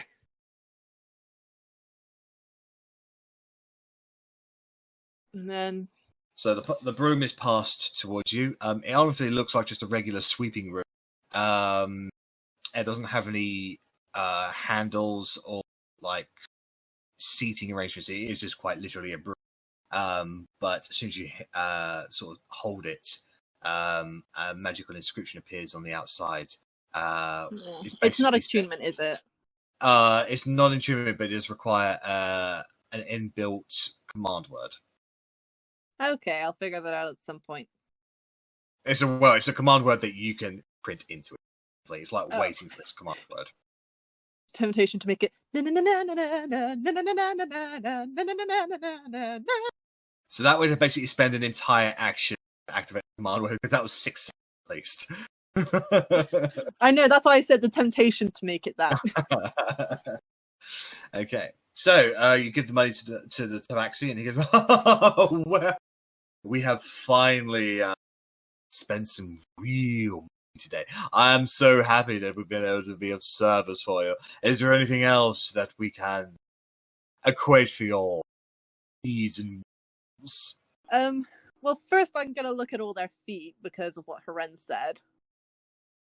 You look down their feet. You see the skeleton's feet, exposed skeletal little toes.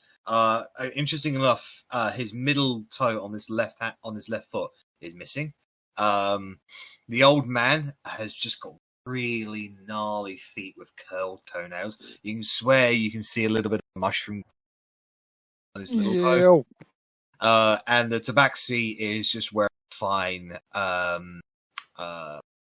boots, effectively, no heels. I think Helen might have been lying to you. Can I ask if they've got any dust of disappearance? That's an uncommon item, and if they do have some, how much they have? Oh, dust of disappearance. Let me just have a... Also, some money on just materials. Yep, no worries. That they are available here. A small packet.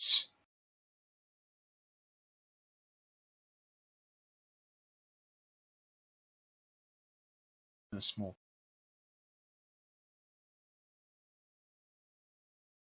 So, one use of dust of disappearance will cost you 400 pieces. Mummy Otti, can I have 1,200 gold?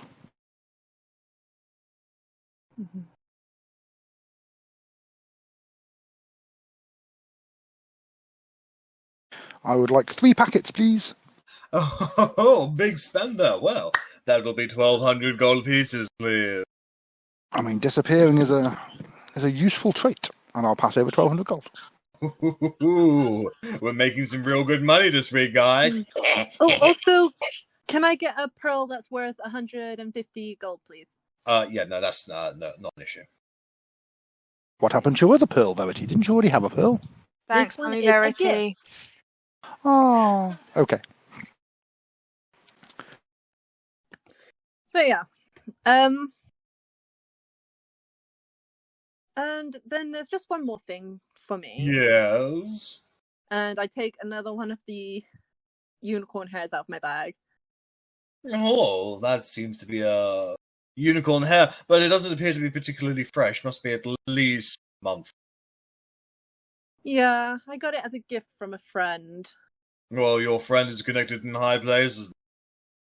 Well, I mean, my friend is the unicorn. Oh, well, then looks like you're connected in high places. She's No. friends with the unicorns. Wish I was friends with a unicorn. Might have made me live a little longer. Yes, very funny, very funny. I don't know what you're saying, my friend. You're very lively to me. I do like to drink some milk. I think it makes my bones look shiny. Indeed, it does. I was just wondering which one of you guys to give this to, but I couldn't make up my mind. Well, you can gift it to any of us. We make you. Well, I'm talking about as a gift to give to one person. I'm not sure who. They look at each other and look towards you. Give it to me. I can use it in my potions. It's fine. Give it to the fox. He'll utilize it best. Yes, I think he would be the best one to utilize it if you wish to give it as a gift. Right. Can I insight them, I guess? Yeah, sure.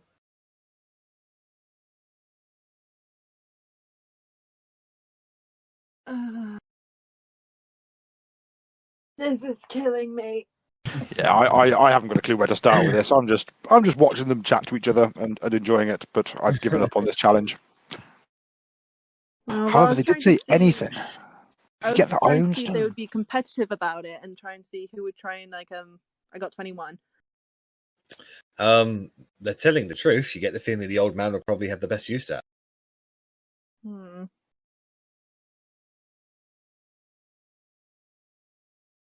Okay, I give it to him anyway because I was willing to use it. Thank you. And he immediately puts it into one of the potions which immediately with some purple dust just springs out in his face. Oh, it's strong stuff. Also, you guys said there was an item that you would only show to us if we spent another 5,000 gold. I'm curious. Yes, of course. If you wish to spend, I'd say another 4,000 gold. We just had a big sale.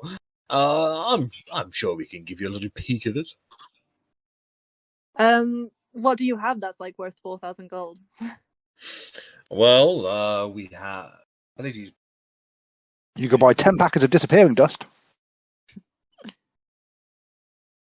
As of right now, they have got. Oh, I've also just spent a whole bunch on materials. I got 50 gold of each, so another 100 on that. Oh, well, there's still require roughly about 1,000 pieces worth to be spent. They still have Dimensional Shackle and Slayer Sword, and the Gem of Seeing. They're worth 5,000 each, and obviously you have the 2 Iron Stones, which are worth 50 each. Fortunately, I have no use for the Iron Stone. I mean, I could definitely use the Iron Stone. Who doesn't want to be faster Don't we and already more have a dexterous? leadership one that you have? Yeah, so I've got the leadership one, and that's maxed out my charisma. I've still got 2 more spaces on deck, so I could get a +6 to dex. It caps out at 20. Yeah, but the book made my maximum 22. Oh, okay. Yeah, I really could use a charisma book like that. That's fine. I'm just really curious about it. If you wish just to find or acquire a tome, leadership and thoughtfulness, we can, if you wish to be willing to put down a down payment, we can certainly acquire one for you. Not How at long the would that take? moment. I've just accumulated something that I want to take care of first. No, of course. Well, it is an open offer. But I am also curious, what happened to your toe? And I asked the skeleton. Stepped on it. You stepped on it? Yes, stepped on my toe. Chipped right off. Very annoying. Glue won't put it back. Would a mending spell put it back? Well, I'm not an object, so no. Oh.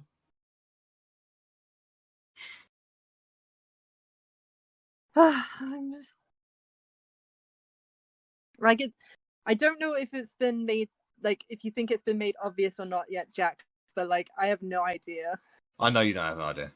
Yeah, no, I know. Which is I have one last plan up my sleeve, which is I'm going to make sure I leave the shop before you, and then when I hear you approaching the door, I'm going to use one of my packets of dust, sneak back in the door, and then when they think the room's empty, they might talk about things they might not otherwise talk about. We might find out some information then, but that's the last shot in the dark I've got of finding out who this fucking fox is. I mean, we could... if we could get something off each of them, we could have Korgrin do a scrying spell on them. But I imagine they would have high wisdom to reject it. Quite possibly. Well, I'll go wait for you outside, Verity. The campaign, guys. I don't know. I haven't figured out the future puzzles, to be honest. But I thought of this one. I was like, this is a good one. This will stump and weeks. And it's hard because obviously there's like no visual cues to be going on here. No, this is all cunning and wit about how they act and how they respond to each other, how they speak to you. It's all telling in it's all telling in their person.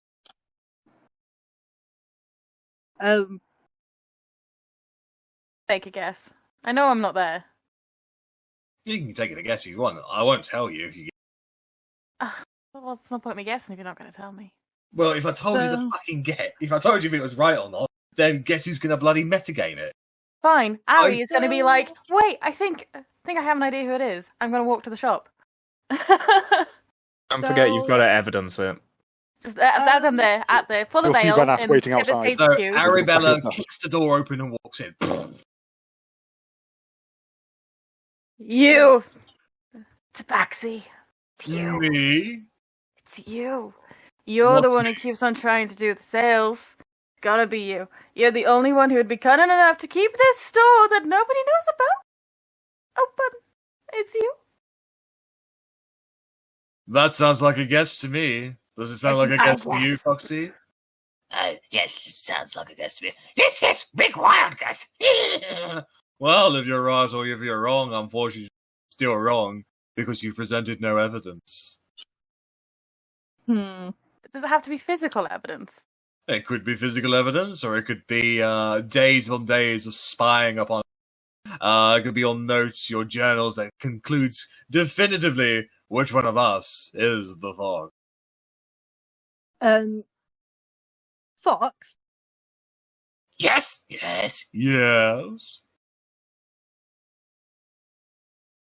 So the first one who said fox, first one who responded, who was that?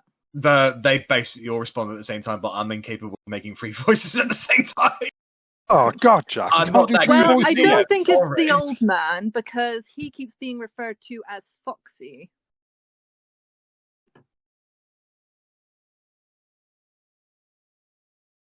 I believe it's him who's getting referred to as Foxy. Both of them are. The Tabaxi is referring to both the old man and the skeleton as Foxy. Oh, so then is the Tabaxi the only one who they refer to as the Fox? No, they've both called him Foxy as well. On occasion. Damn it!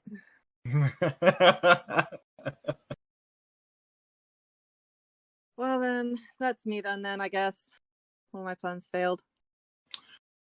Well, hopefully you'll get a whisker on it soon. It's a good clue, that one. Oh, yes, very telling. I'll pick up on it.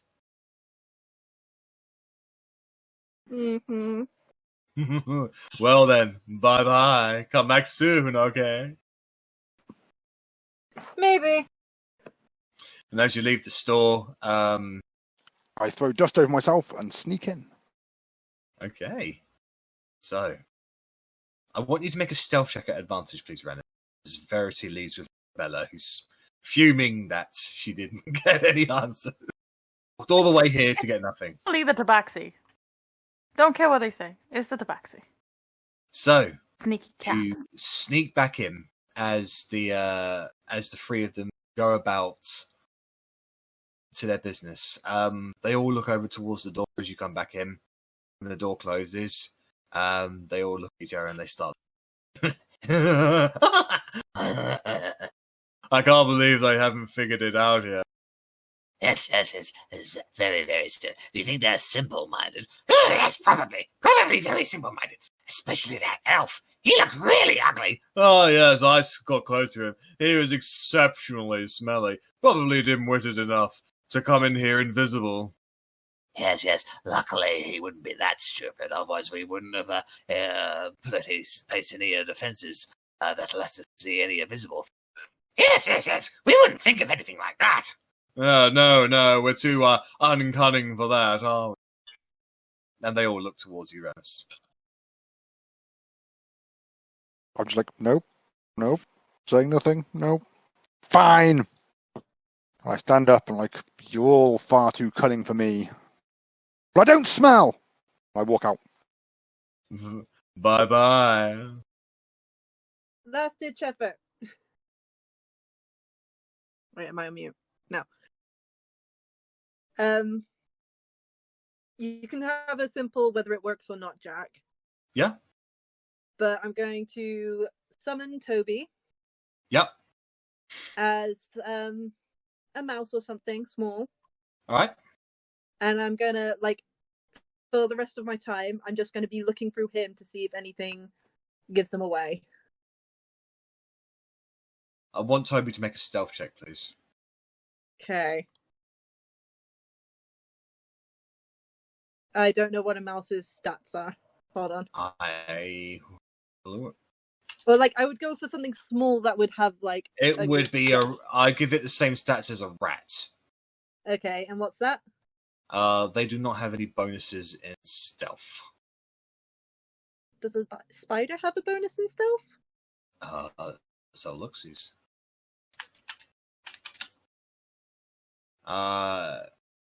They have a +4 in stealth.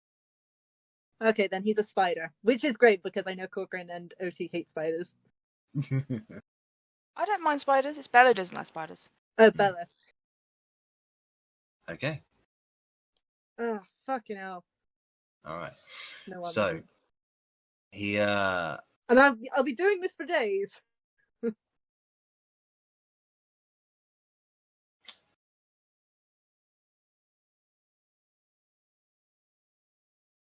I need to make a few calls.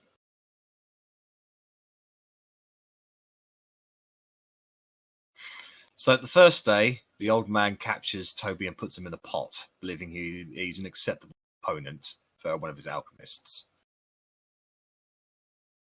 Yep. So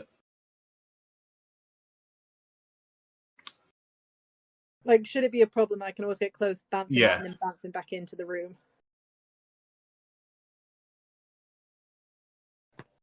all right, so I'm just going to give you some tidbits of information here.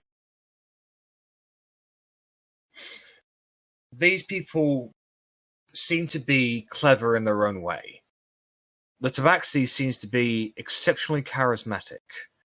The old man seems to be exceptionally intelligent, whereas the skeleton appears to be exceptionally wise.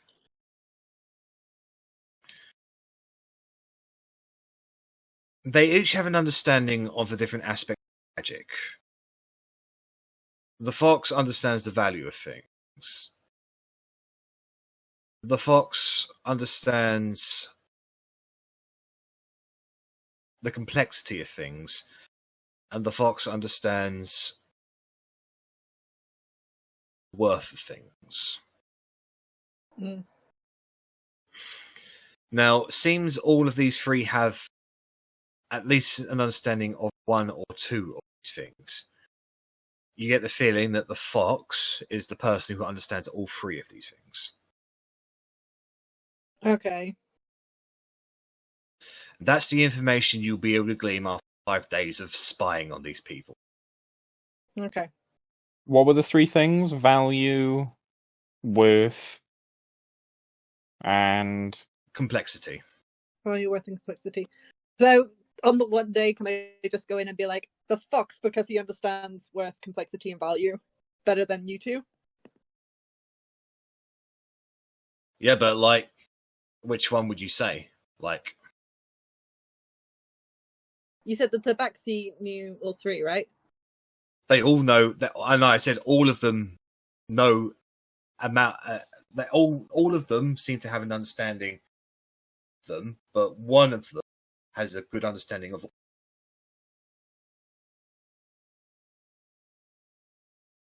Did you catch that, Verity? No. Each fox understands at least 2 of those things, whereas one of the foxes understands all 3 of those things. Okay. So the tabaxi might understand value and worth, whereas the old man might understand value and complexity, and the skeleton might understand Value, worth, and complexity. Yeah. But you don't know that. That's just an example. So if I was to, for example, to go in and ask them to identify something, was the one who knows all 3 do it? They would do as they did earlier with the shard, in which case they basically identify. So all 3 of them obviously have a governing attribute. They'd identify which one of those attributes would be more inclined to that particular type of item, then make the observation. Okay. So- sorry, I'll leave it now. I'm kind of thinking it's not that I'm or Korgrin has been there, but speaking out loud. I kind of think it's all about this. kind of think it's the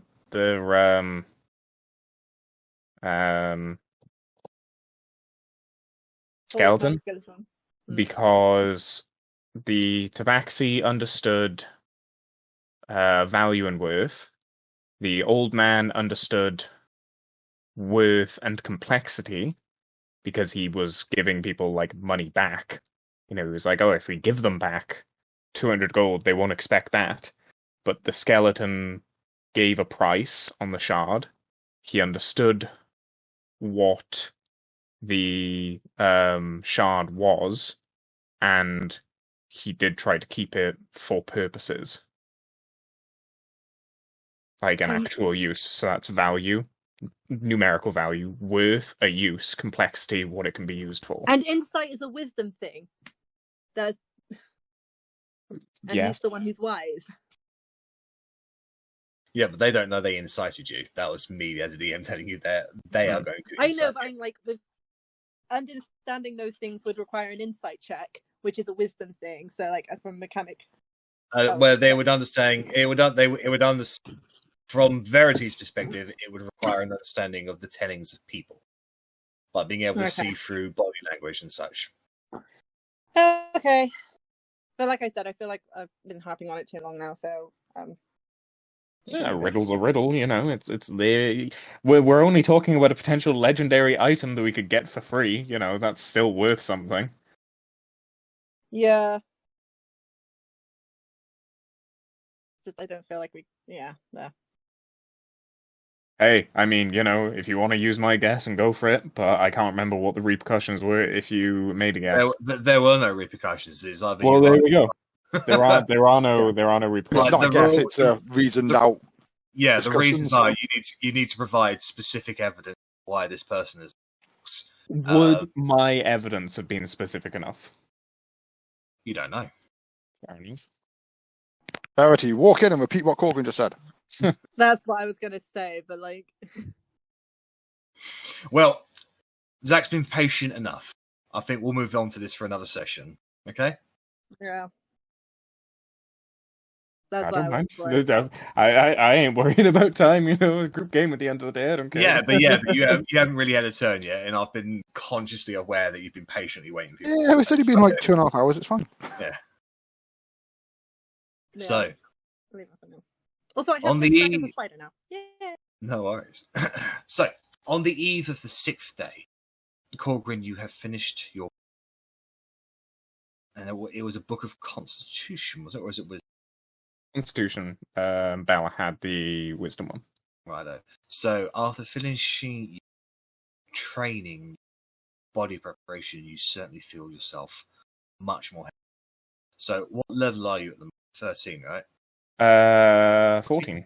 14. Mhm. So, you instantly gain 14 additional hit points. Already added them. Lovely.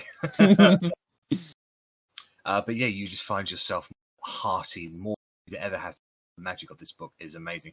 The book is there, but the magic inscribed in its pages has wear away. You get the feeling that the magic won't come back for maybe a century. That's fine. We dwarves are a long-aging folk. So, as you are all eating your breakfast and just relaxing in the hidden peanuts, Korgrin descends from the central staircase. Would you like to describe what they see? In terms of what now? Of just Well, how Korgrin's girthier? No, in terms of what you've been working on. Oh.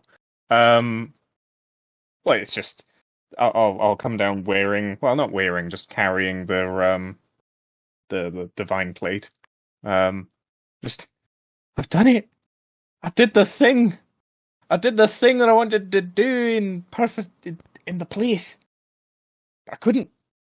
I did it. Look, I show them the back, and on there is the attachment for the battle standard. So it's a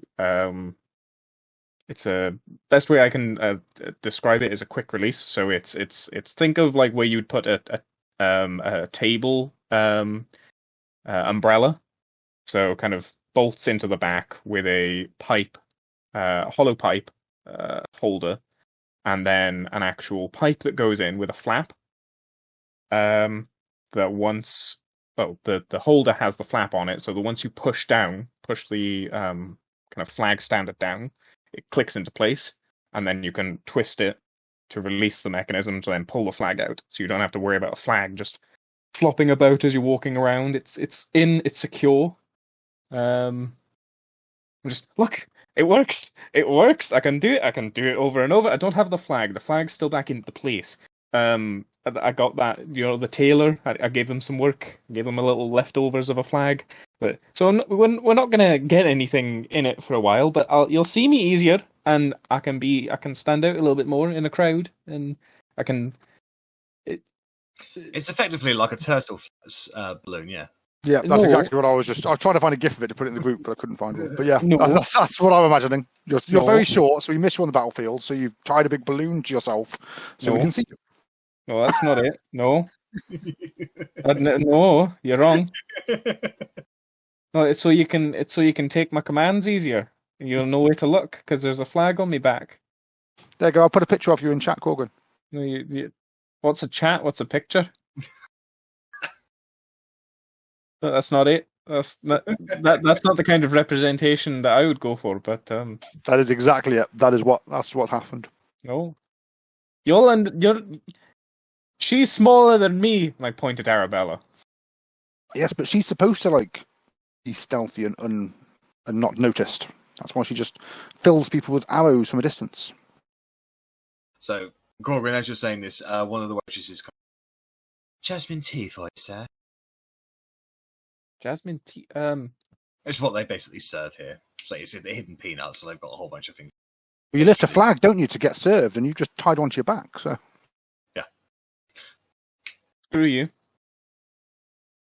But yes, I would like a jasmine tea. Of course. I'll be right back. About a minute later, she returns with a pot and a small bowl, effectively, to sip from. Just sipping it and I'm not a turtle. As you pour the teapot, you hear a small clink into the teapot. A small clink into the teapot? Inside the teapot. Open? Your face gets a of hot steam. Your eyes adjust a little because it is tea. But there appears to be something shiny in water.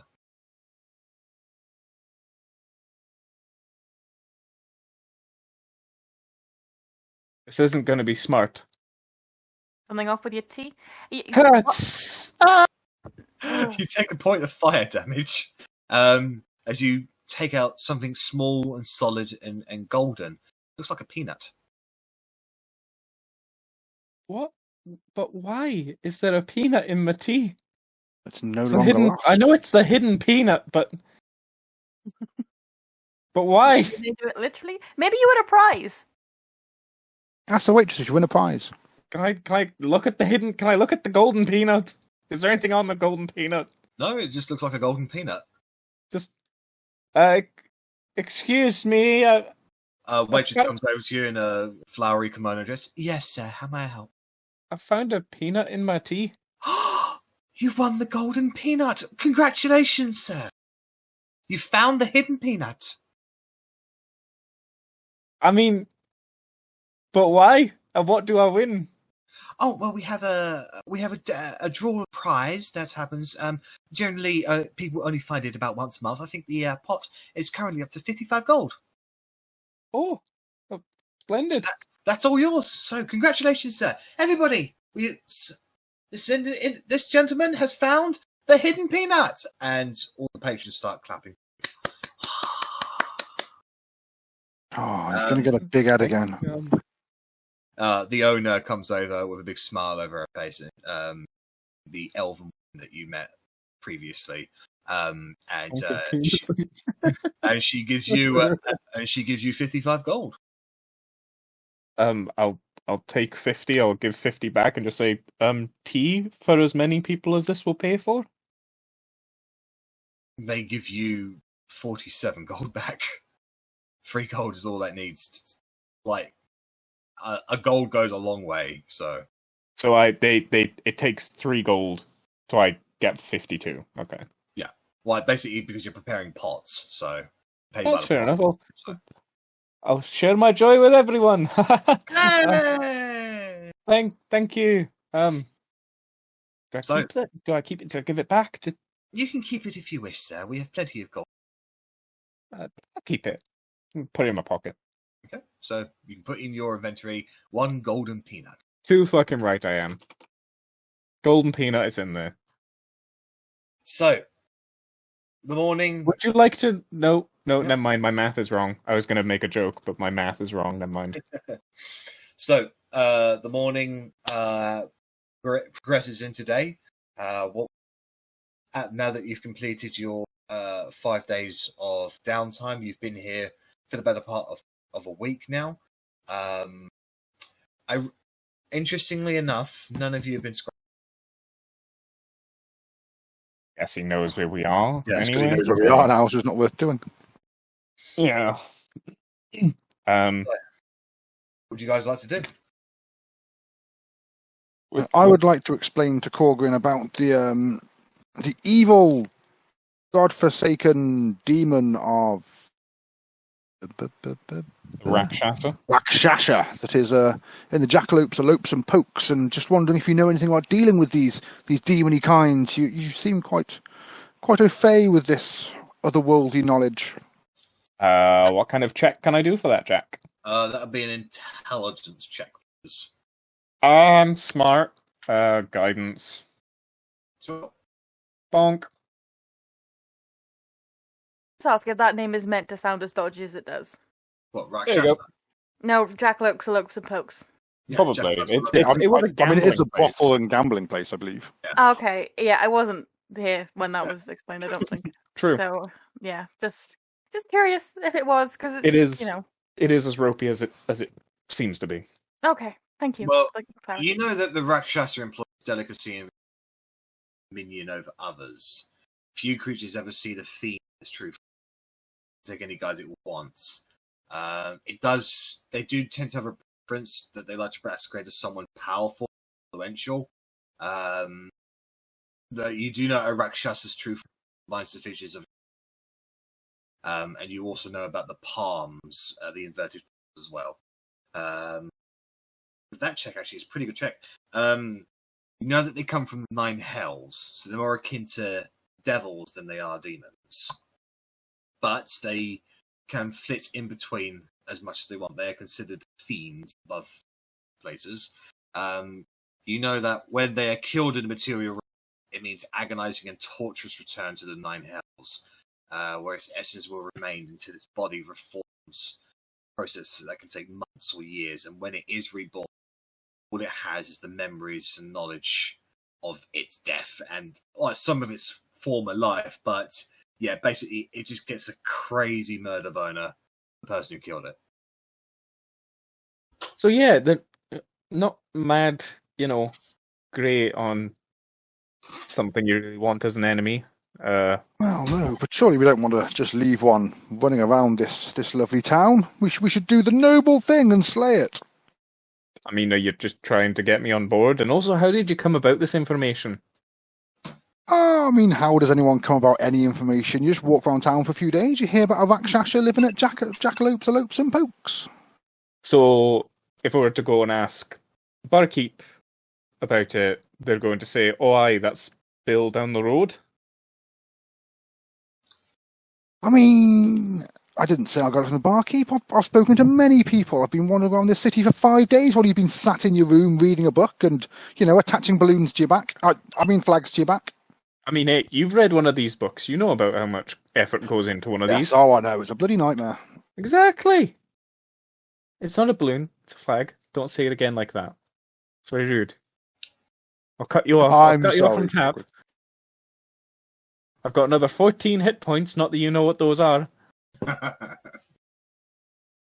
But still, kind of weird, but I guess that kind of puts into use one of the spells I was going to... I sent Verity off gathering materials for. I mean, I can see things for as they are, if that... Oh, that's convenient. It's a strange coincidence, actually, Almost like it was fated. It must be that Moradin wants you to do this quest. That's why he's gifted you these tools to help. Do it, Korgrin. Do it for Moradin. Can I insight Rennas? Yeah. Hide a laugh. I mean, I'm definitely rolling a deception against you. No, because Rennas, you're not technically lying. You're just... Well, true. Okay. You're trying to spin a narrative that is not a lie. You are trying to persuade that this is what you want. Well, that's even better. So go ahead and roll. Sorry. Oh, that shouldn't be an advantage. Keep bloody rolling advantage, so 25. So yeah, Korgrin, he seems genuine. Like he really wants to deal with his fiendish plague. I don't trust it, but he makes some good points. I mean, let's just assume that I did have an ulterior motive. It wouldn't change the fact that this is a crazy demon thing and it's in a nice town and we should probably deal with it. Also true. And it could be a spy for you-know-who. Yes, he does seem to have an affinity with the old demons. All right. So yeah, I mean, I'm sure I can. I wouldn't leave you hanging about it anyway, but I suppose I can be a bit more forthcoming. I suppose. Thank you.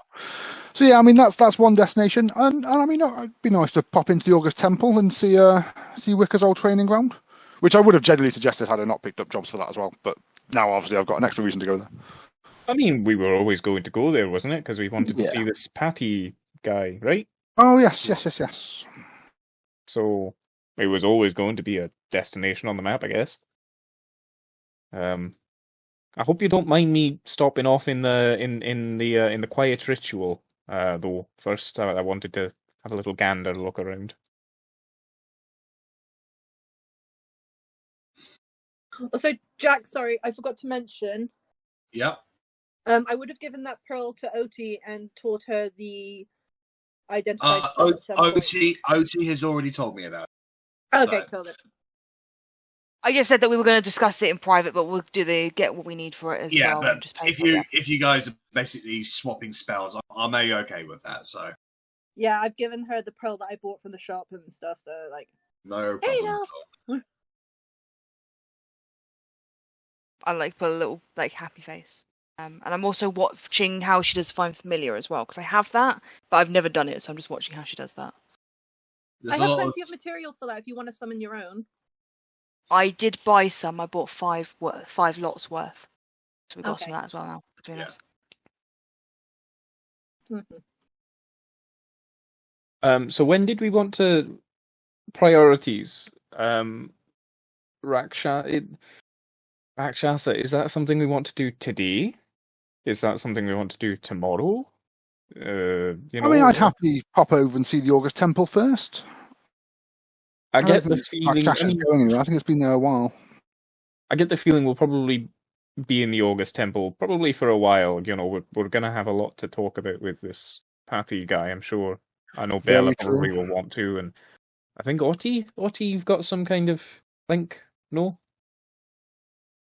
Yeah. And I basically let everyone know about the stuff that I found out. Hmm. Throughout both Jarish Jakai and here.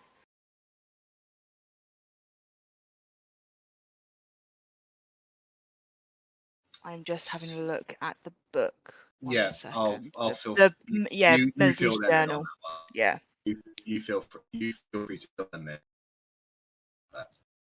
So, like I say, I think that, you know, August Temple, if anything, might be like the last stop we do before we leave, rather than the first, you know? Okie doke. Well, I mean, I'm happy to pop over to Jackalopes, Elopes and Pokes and have a nosy around, see if anything jumps out at us. You know, I'm always happy to go after fiends. Just not And brothels and Baristro. casinos.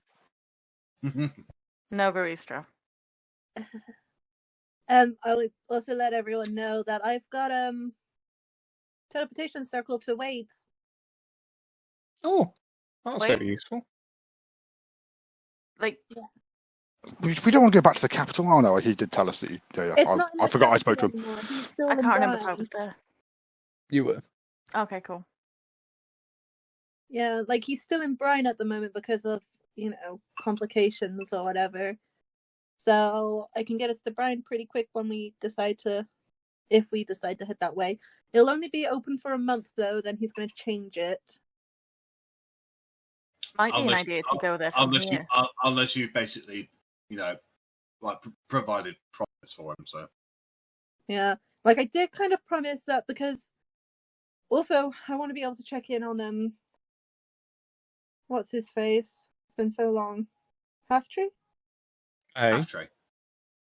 Oh, because apparently, he's all in ruin now and he wasn't able to pay for our weapons and I feel bad, so I kind of gave them a little bit of money, but I kind of promised that we might be good for all of it, even though we can't pay it all at once. Like, if we just give him a bit at a time, it could put us in good graces to keep the ritual circle there. Come back to. Might be an idea to go there from here, to be honest. Yeah, I mean, I think that's quite cool. And technically, if we were to go find this Jackalopes, Elopes and Pokes, and I won't say this out loud to anyone, but that would be an extra 10 grand that we could potentially give him, which I'm sure would help him a little bit. Yeah, like I don't think they'll expect it all at once, but. Well, no, but I think we owe him a lot more than 10 grand, to be fair. I think it was more in the region of 30, 40, 50. Okay. I thought it was about 10 grand a weapon. But on I've average. started to keep a tab on how much I've paid already, which is 200 platinum, so 2,000 gold already done.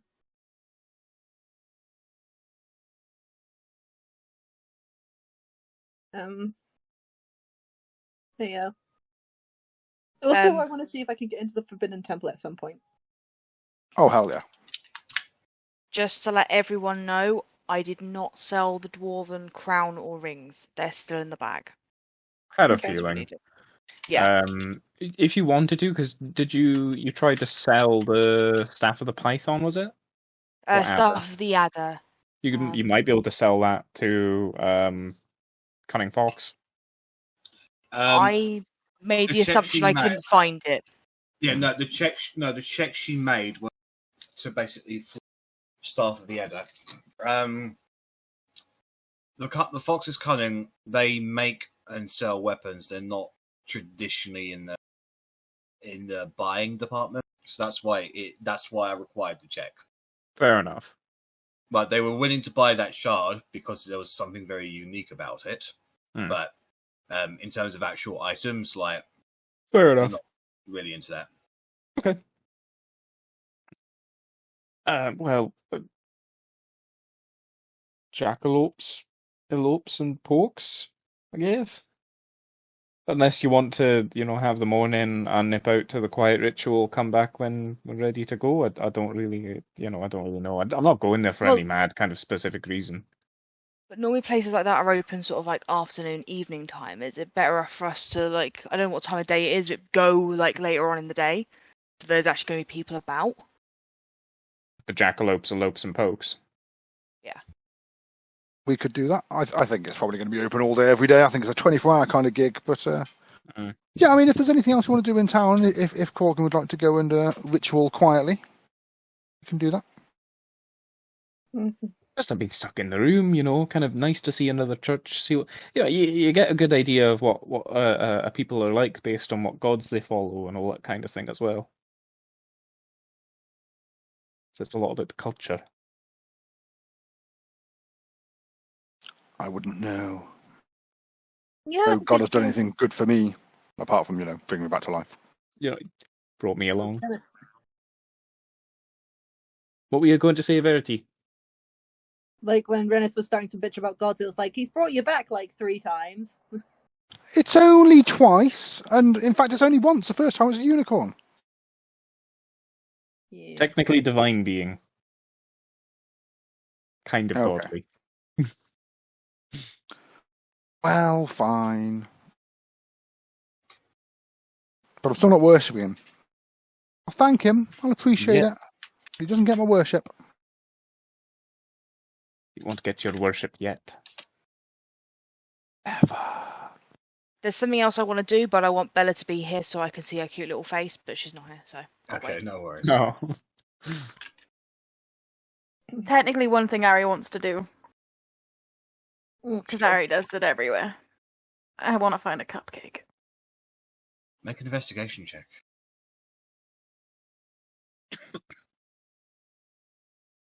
This is like looking around for the few days that you.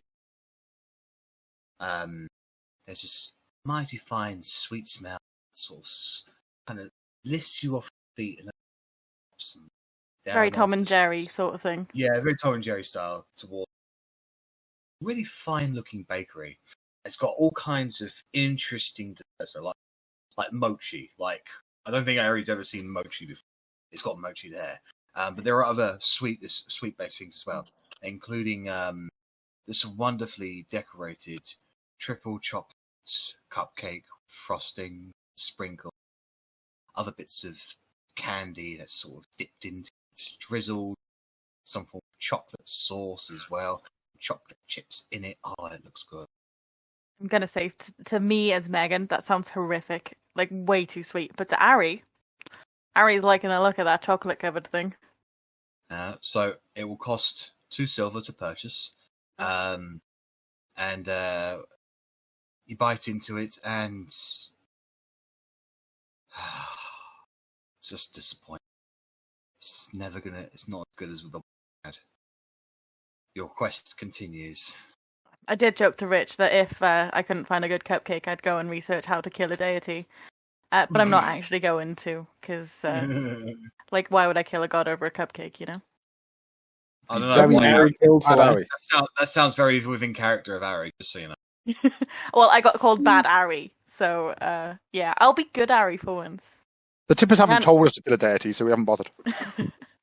Tippers told us to do it, we just go and do it. If it's to kill a deity, I wouldn't be surprised if it kills a demon as well, a demon devil sort of Yeah, thing. You know, fair. it could come in handy.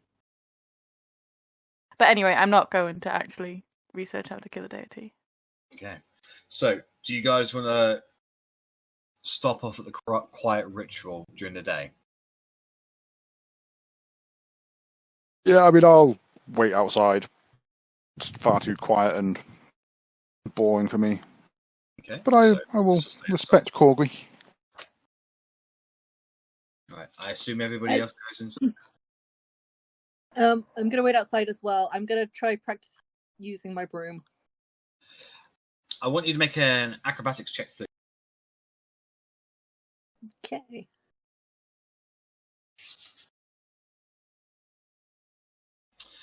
You take to this broom like you were born to it. Yeah, like fucking the natural 20. Doing handstands and shit. Yeah, without getting too crazy, you are able to utilize the if anything, the only issue for you is that it's just highly uncomfortable. I don't know if you ever tried to sit on a. It's not. I can imagine. Like, I'll figure out some kind of seat thing to go on it.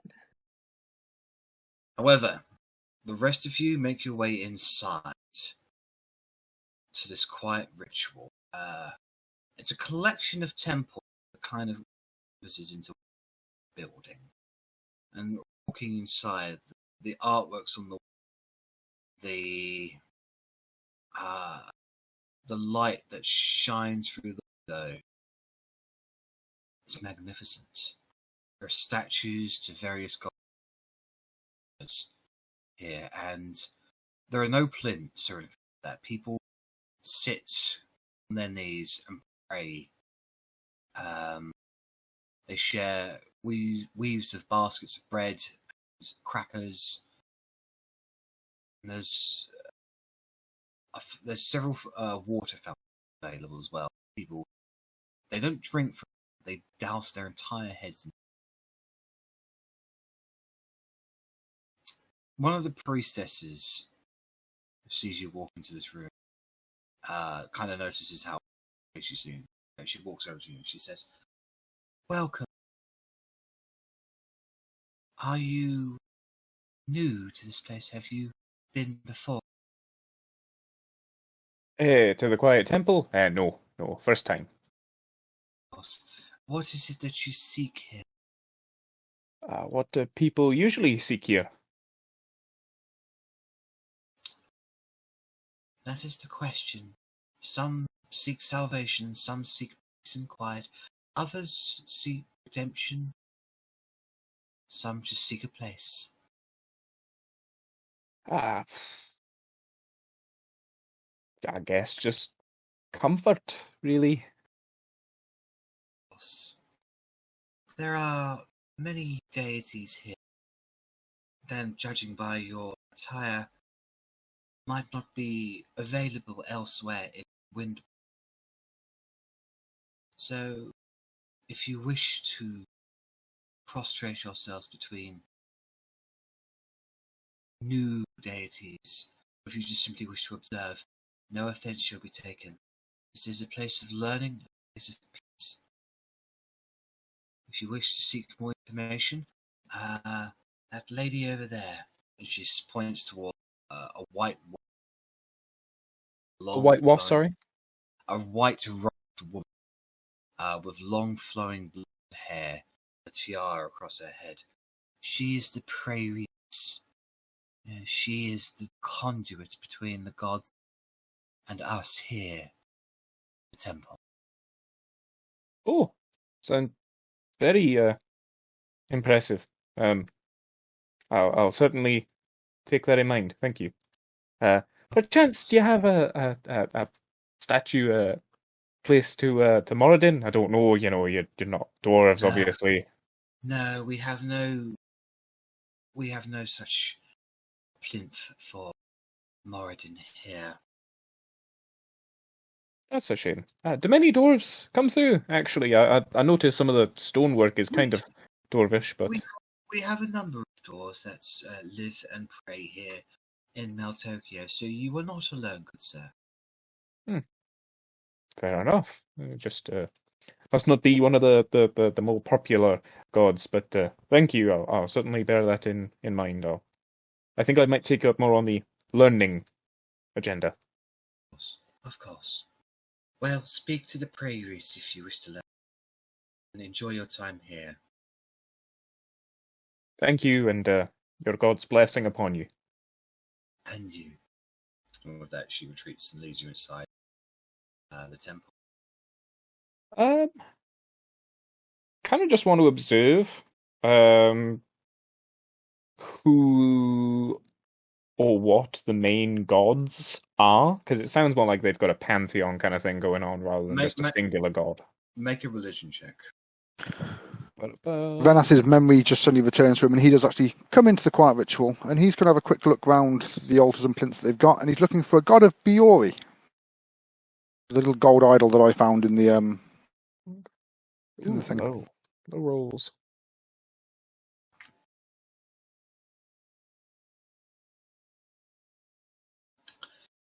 I want you to make a religious check as well, please.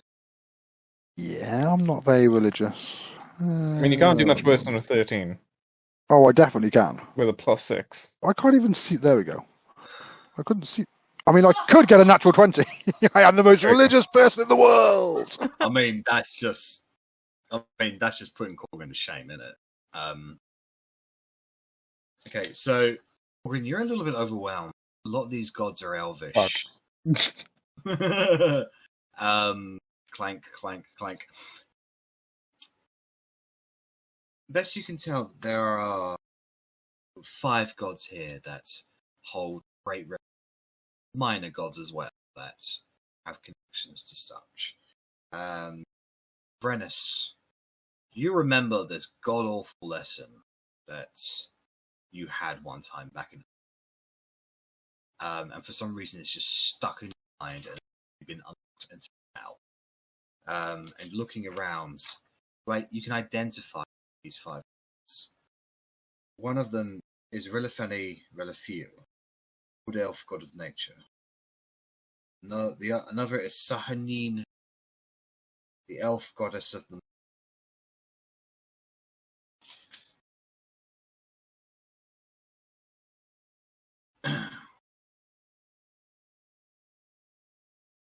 One is Gond, Craft.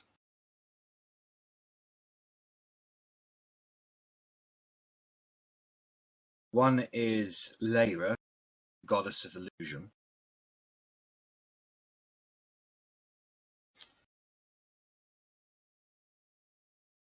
And the other is Celeste, God of Stars and Waters. What strikes you about that lesson is these are dead gods or dead religions, as in they were the elves of religions, they were the elf gods, and when the elves were conquered, their religions just kind of died away. Now you can see them that was just propaganda. Their religion is alive. They are still worshipped here in Meltoke. Ah. Could you put Have to go their to the right names place. in chat as well, please? Yeah, of course. Thank you.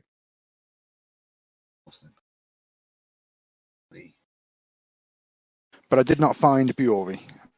No, Biori is Okie doke.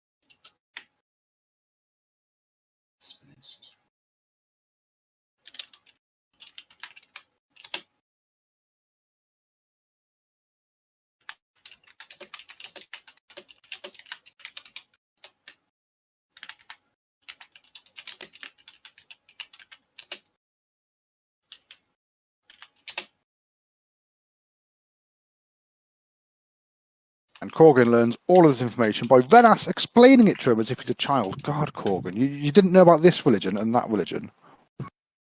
No, I pretend to just go, yeah, I've heard of them, but they're not really worth that much, I just completely brushing it off, so fuck you. Goddess of Illusion sounds worth worshipping. She could make me even stealthier. I could pretend to be a wall. No, Maybe then you could learn to climb them. Yeah. I have these gloves now. Korgrin, upon hearing the names of prime gods that is worshipped here, you remember back a long time ago when you had a conversation. Nice. Remember the words that she said to you. Do I remember the words? Yeah, well, do you remember the words that she said to you? If this suddenly has meaning or if it matters, I will find the words. If not, then you may remind me. Gond is happy to you have made friends with his son. Yeah, that was the question. The question was in regards, have we got the eyes? Any other? Are they friendly to us? Like, basically, we do to get like deities on our side. Like, what's the situation? And the rules that she was under, really, all she could tell you was Gond was happy that you were friends with his son. So is Moradin like a god of crafts? Moradin is god of creation. So perhaps Gond and Moradin are the same person, just different names, worshipped by different races? That's blasphemy. That'd get you thrown out of Philidorzan. I'm not in Philidorzan then. You're only speaking to a cleric of the man, though. You know, I only get my magic direct from the pot, as it were. Can I go over to the plinth of Gond then? Yeah, so you head on over to there. Before you is a statue.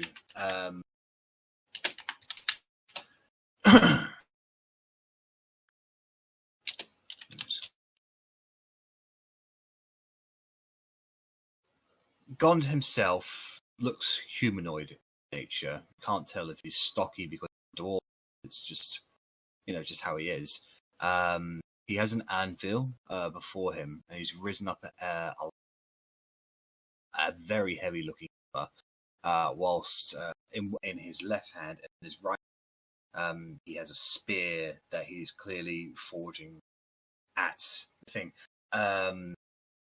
The way he is depicted is he is literally a craftsman, but there is such a divine eminence.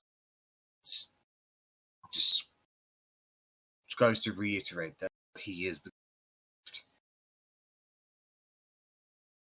I kind of kneel down before him then. Okay. And just say a quick prayer. Just along the lines of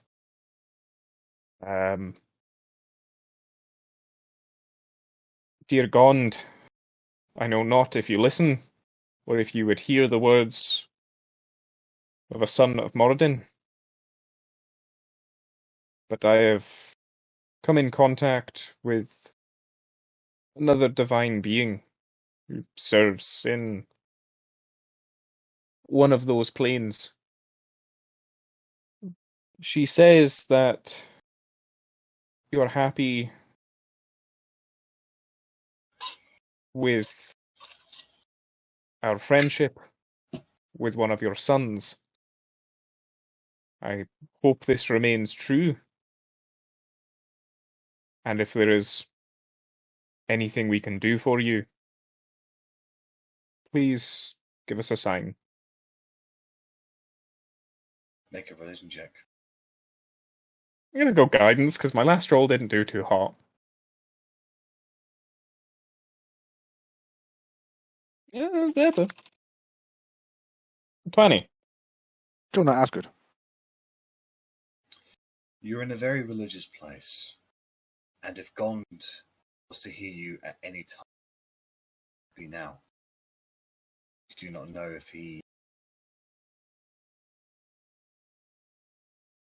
right steps has been provided to make sure that prayer has been sent. You don't get a sign, you don't get a response, you don't get a feeling, or you just know that you've prayed before his altar, and that's really the best you can do. Is there any dust on the plinth? No, it's very well kept. Fair enough. I'll pretend that there is and just brush some off and just just bow my head and just brush myself off because I'm not used to kneeling on the floor like that and just walk away. Just feels weird. Praying to another god. Hope Moradin doesn't think I'm cheating.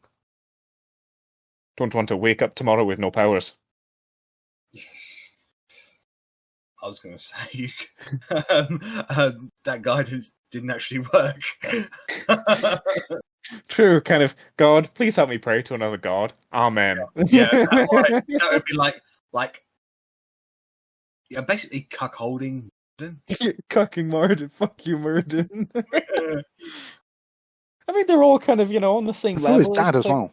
It's like, brothers, neighbors. You stand there and watch as I pray to another god, and maybe I'll let you join. Just an anvil falls magically from the sky. What the fuck? Where did that come from? Okay. So, is there anything else you'd like to do in here? Anything else that the character in here? Anyone else wants to do something, by all means, be my guest. I wanted to just have a look at the place. Yeah, no, I'm good. I've showed Korgrin up with some religion facts, so I'm happy. I mean, why would I know about elves? I'm a dwarf. They're not my gods. You don't even worship any gods. But I still know all about them. Elf gods. The best gods. Because elves are the best. We don't want to go there. We certainly do not want to go there, my friend. That's I why I'm will- only half the best. Elf gods I will insult you. are the best. You're gonna LEG it. Oh no, I was going to go much, much more insulting. Okay. Given the context of the campaign. Verity is typing. Just wait. On the tip of her broom went fantastic. Is it like tightrope, but on a broom instead that Yeah. follows you underneath? Like she's wobbling, but she's like maintaining. Arri, you kind of get a little jealous. Like, wish you could do. Arri is quite happy with her feet firmly on the floor or in a tree. Right. So, what's the next destination, guys? Off to Jackalopes. If it's late Anywhere enough. else anyone wants to go?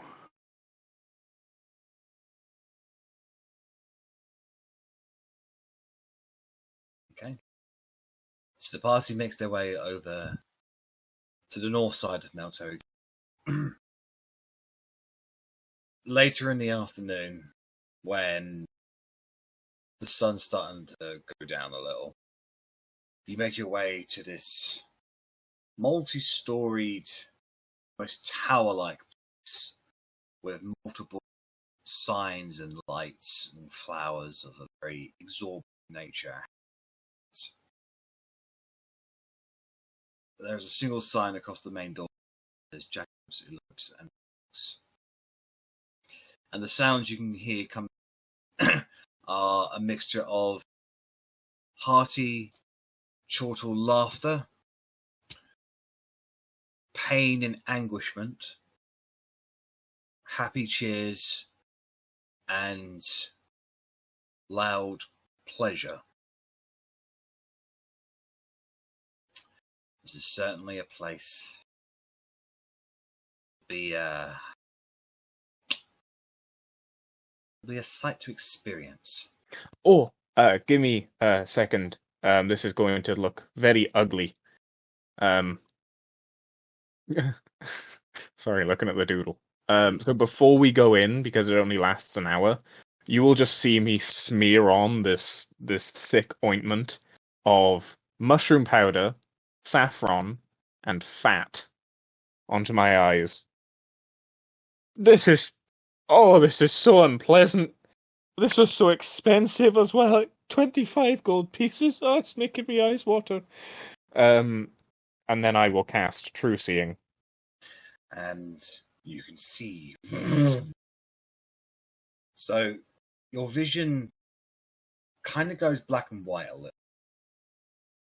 almost as if you're seeing the, and instead of seeing people, you see more auras.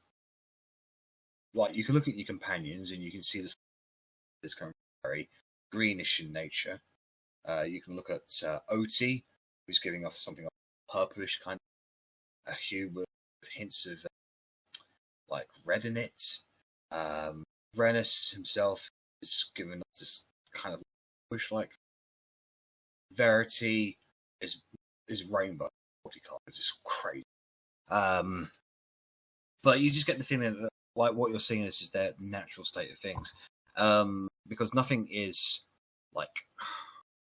strikes you out of the areas these people are. I mean, you're looking at regular people around, they've all respected blows, and it seems to be in match with each other. You walk in through the door, and you are immediately greeted by a guest there.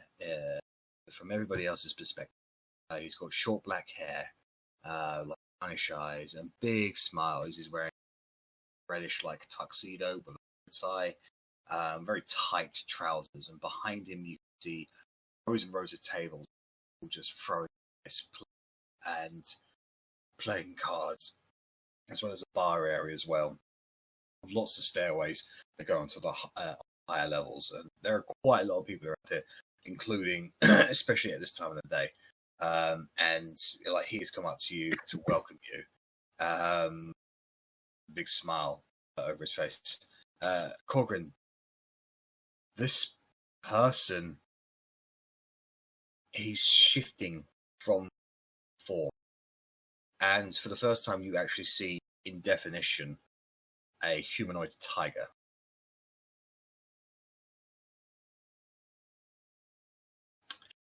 True seeing fucked up a whole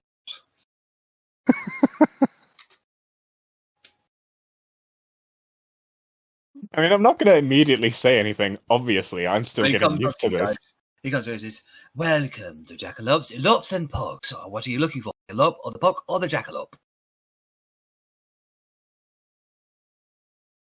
Still have a jackalope. A Jackalope, right this way, madame. As for the Jackalope, and will be sufficiently eloped. What? Indeed. I didn't want an elope. No, you'll be getting the Jackalope. Fortunately, you won't be getting any Pugs, but you might get the Elope. Only in the Jackalopes. This place is very confusing. What are you looking for today? A Jackalope, Elope, or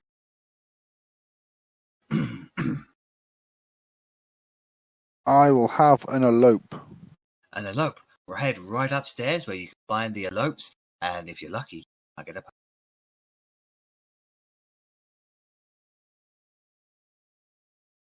And yourself, do you have ID?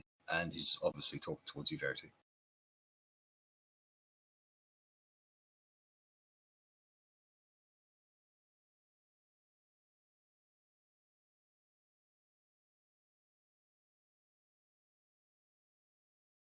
Is Verity there?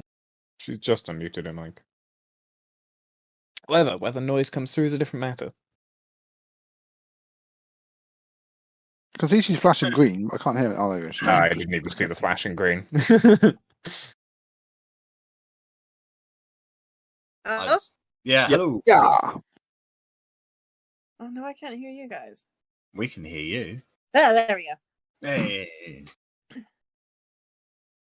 So this gentleman is asking if you have ID.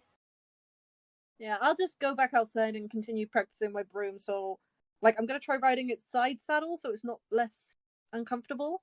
Okay. And like, I want to get to a point where I can comfortably do like a few spells off of it. All right. Like, I'll be practicing cantrips. And stuff. It will require a few more practices in order to like get the hang of it down, because in combat, like sudden decisions need to be made. But I'll speak to you and I'll give you how long you'll need to be considered to be proficient on this broom, enough for you to have no disadvantages when you're casting spells. Sorry, how long? I'll teach. I'll tell you. I'll figure it out. Okay. So, Verity, as soon as she's asked for ID, immediately walks outside with her broom. This gentleman smiles and goes, "Well, there's always one interesting person always trying to see what they should not be." And what I have am you? eloping! That she is. He turns towards you, Otti. And as for yourself, madame, and your big friends there, are you here for the jackalope, the elope, or the... A fucking drink. So you all head over to the jackalopes there, and if you spend rather well, maybe you get a look. Yeah, I'll walk off and just a drink will be fine. I'm only having one drink, and I'll go and stand outside, make sure Verity's okay.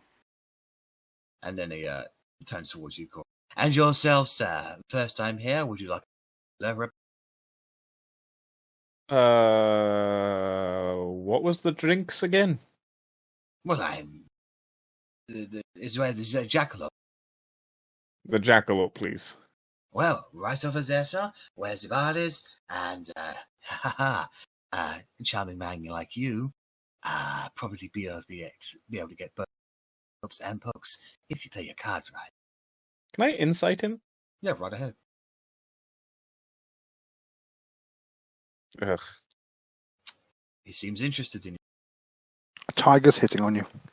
Mm. I will go sit down at the bar and Okay, have so a you go drink. to the bar next to Otti, Rennas, and Arri. Otti only picks up one drink, heading outside towards Verity. Do I pick up anything funky off the barkeep as well? No. So if I do a whole look around the room just while sipping a drink and just really taking in the view. Everybody looks like they are supposed to be, except one door guy. Is he looking at me? No, he's greeting more guests at the moment.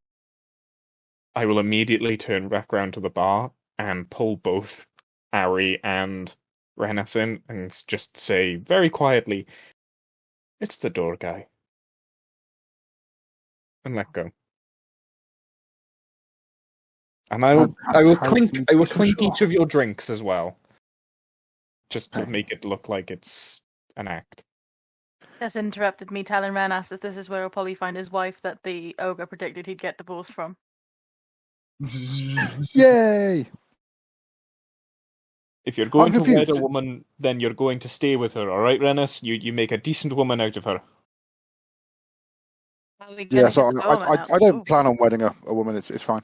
Like, divorce is only legal in Mauritania if the wife or the husband create a child with somebody else. I am a little bit confused though. I thought Jack said it was a tiger. So why is that the Vishaka that we're after? Do Vishakas look like tigers? Yes. Yeah.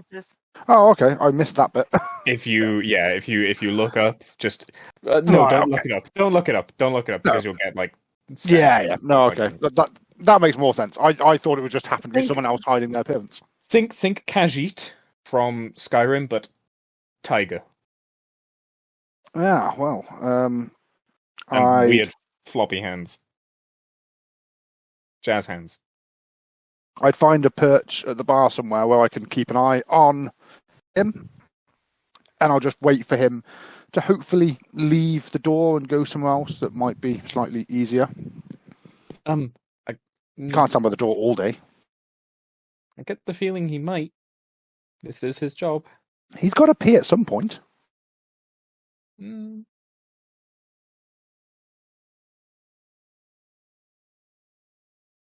Can I... Well, if you're going to keep an eye on him, I'm gonna go bring a drink to Otti outside. Okay. Can I ask, can I take drinks outside? Is that a thing? Yeah, they don't care about that. Excellent, thank you.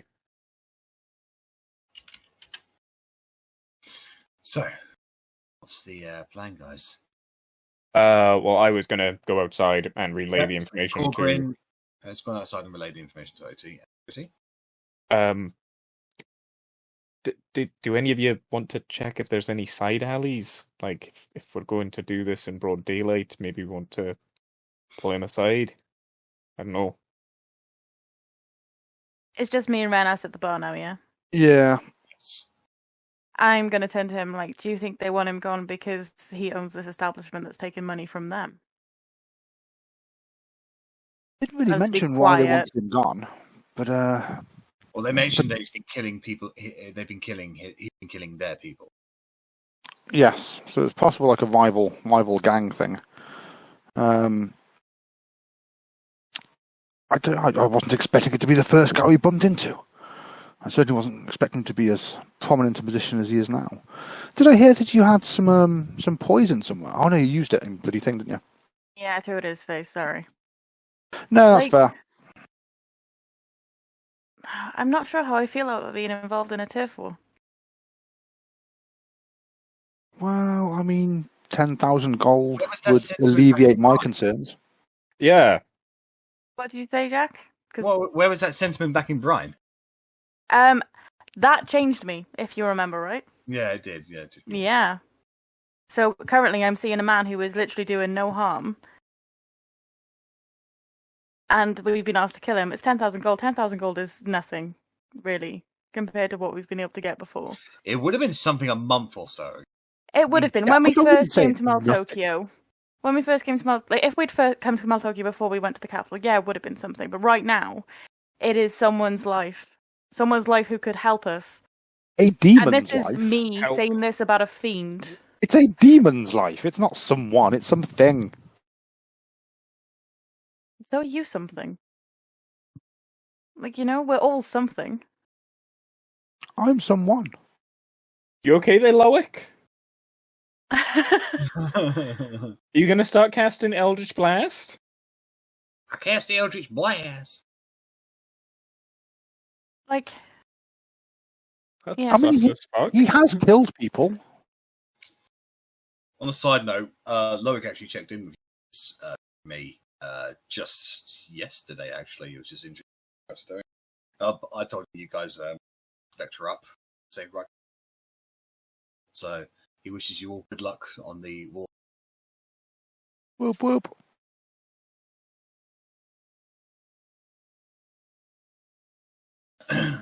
I am waiting for Verity to fall off this broom. Fair. With that natural 20 she rolled, it ain't gonna happen today. I still want to be here in case it happens. So, Rennas, Arri, how do you guys want to do this? Do you want to do this? I definitely want to do this. Howie seems uncomfortable doing this, but I also don't know how to do this. You get the feeling, Rennas, that considering Arri's stance on the matter, if you were to do this, this would be a solo job. What do you mean it's fucking solo job? We're outside. Or if it was to happen inside. So. I mean, like looking around the establishment, are there any other security about? Is it just him on the door? Is there anyone else Well, with him? there are a few in-house guards. They don't look armed, but you get the feeling they might be concealing weapons. Otti, you see Verity fall off of her broom. Make a dexterity saving throw, Otti, as you try to catch her. And you do catch her. I didn't even have to get the stones out or anything. I'm chuckling to myself. I think it's hilarious. No, we don't do this no more. So, Korgrin, do you stay outside? Do you come inside? I'll scope the outside a little bit. Like I say, check for an alley or something if there's a quiet. There are a couple of alleyways on the outside, yeah. Any one of them. And then I will go back to the people outside and I will just point blank ask Otti, obviously Bella, not here, and Verity. Do we just want to confront him and just see how he reacts? We lost Georgia. Who's half of my audience?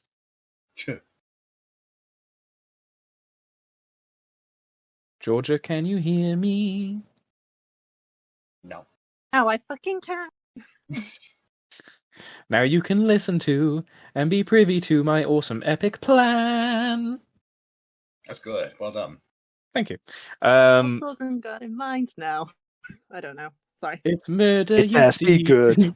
We've got a Rashaka to kill. Do you want to kill a demon?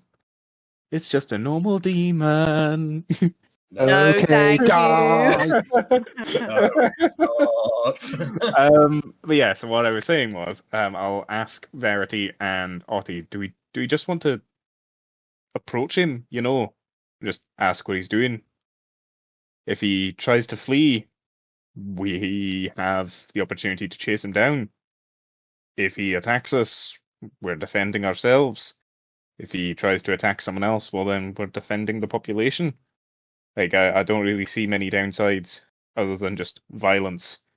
Though I wouldn't really want to get any innocents involved. But in a place like this, I feel like there always will be innocents involved. I mean, we could, in theory, start a fight with just us lot and, like, try and get his attention if we kind of do it, like, in the doorway and try and get him down the alley. I was going to see if just like, if I could ask him to come with me into the alley, just, there's people taking a piss down there or something, or, that someone's starting a brawl or something like that just to get him down, but it was an idea, aye. Verity, fall off your broom and actually hurt yourself. Oh, maybe. Okay, I have a question first. Yeah, ask your question before you self-harm. Do we know how to fight this thing? Demon's a demon. But like, Stabby, stab, stab. does it have any tricks or anything we should know about? Like, I don't want to go into another fight not knowing what I'm doing. Fair. Well, with that intelligence check you made earlier, when that Rakshasa is capable of magic, they are capable of plane shifting. Can I do some kind of check as well? Yeah, you can make an intelligence check if you want. I'll give you guidance. Should we have bought those manacle things, the shackle things? Would that have stopped him? What? No. I have no idea. Kiddies are pretty. I mean, because like, especially if he knows magic, if you know that Korgrin, then there's definitely got to be something shady. I mean, it would be pretty shitty if he were to escape. I don't really know if that's something you could counterspell, but If it's like an innate ability, no. I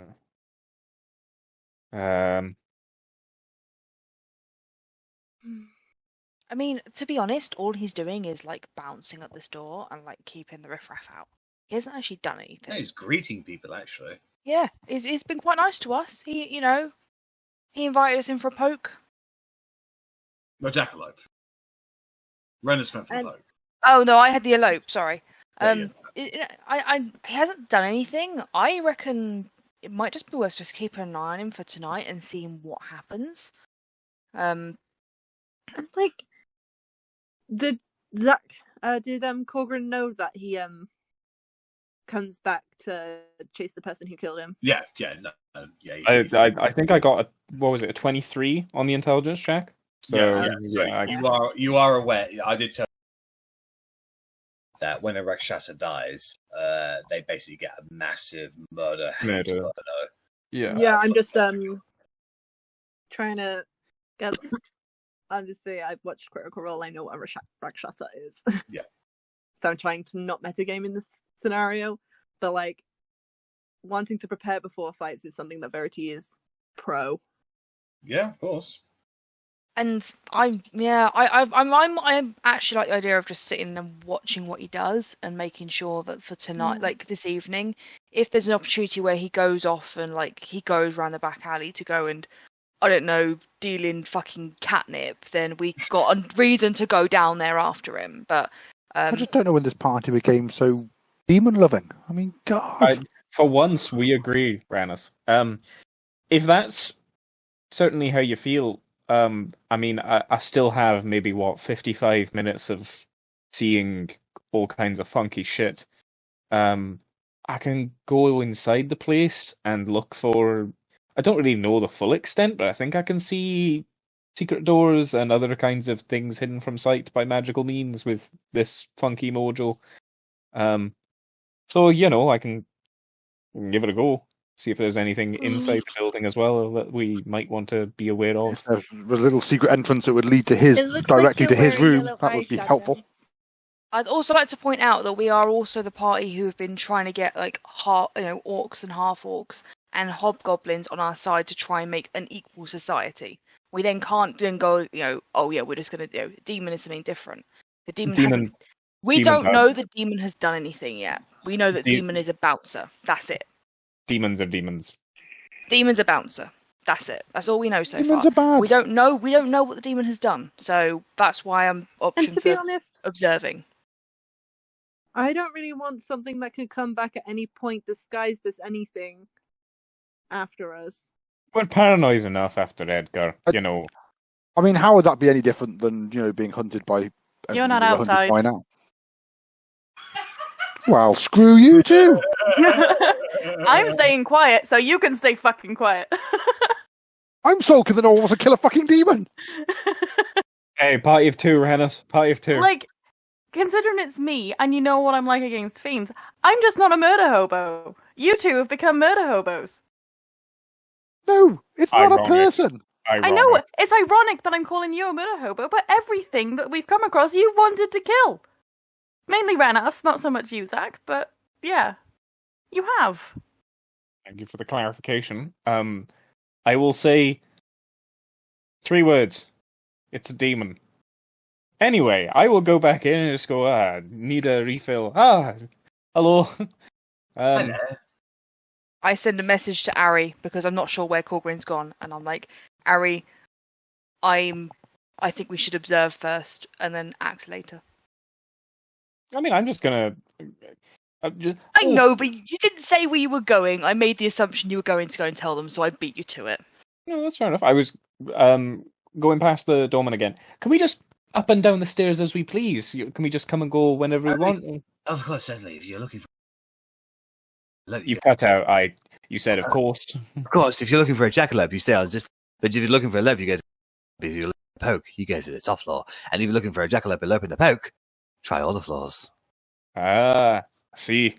Thank you for the advice. Give him a sly wink. He gives you a wink back. And I'm just gonna, however long it takes, I'm just gonna explore the floors, see if I find any hidden doors, and anything hidden by magical means. And when I'm done, let me know. Make an investigation check. Can I not do an investigation check? You are looking. But you're rolling so well. Fine. I will then cast Enhance Ability. And I will cast Which one is it? Fox's Cunning. Ironic. The target has advantage on intelligence checks. Alrighty then. And that is a spell slot down, which I didn't mark up from yesterday, which is fair enough. So advantage, investigation. I wonder if I can give myself guidance as well. No, I've already called for check. Fair enough. Bonk. Oh! So you do not find anything. There is no hidden places. Like, there are rooms that lead to other areas in this place that are for staff only. But in terms of hidden trapdoors, anything demonic related, anything that basically scream out to you that something is there that shouldn't be there, nothing screams out to you. Can I do the innocent patron thing of opening the staff only door just a crack and then just going, oh, sorry, wrong door, So, after I've had a You open up the crack, and you look inside. You basically just see about 3 or 4 in there, getting dressed into pink nightwear. One of them pulling up the stockings on the legs, half exposed, looking towards you. Sorry, wrong door. Shut. They start throwing things at the door. Carry on my way. Korgrin the sex pest. Korgrin, predator of Moradin. Within a few minutes, you do hear the bouncers are looking for a dwarf peeping Tom. Oh no, they're after me already. I can't not look like a dwarf. So. There are a number of dwarves around here, so. Oh, thank fuck! I'll just avoid, any other dwarves and just wait for one of them to get caught instead. I'll not be on the floor that door was on. So, just for the sake of brevity, I'm assuming you guys are basically just going to be scoping this guy out. Yeah. Just watching him nicely and peacefully, not stabbing him in the back. The next half an hour, he continues to greet people, seemingly invested in what he's doing. He generally wishes to welcome people into this place. When people leave, he says goodbye. When people enter, he gives them a spiel. On occasion, somebody brings a drink up to him. He happily accepts they drink together. They laugh, and he gives them directions to somewhere else. And best you can tell, he's being a doorman. And then right around sunset, if he goes to leave, can I cast Hunter's Mark on him? Yes, you can. Cheers. Right around sunset, a human comes over to him, has a minor conversation with him. The guy, nods, like the Rakshasa nods, and then he leaves the premises. Did he go outside, out the front door? Yes. I am going to follow him. Okay. Are you stealthing? I am indeed stealthing. All right, make a stealth roll. I will also be going. Sure. You can go ahead and make a stealth roll as well then. Oh, and fail. Okay. So. I will be following him away from Arri. Okay. So Arri and Rennas him. What does the rest of the do? Like Verity from your perspective, and Otti from your perspective. The Rakshasa walked out and is immediately to the left and he's walking down the street. Down the street and not the alley. Yes. I might just be going home.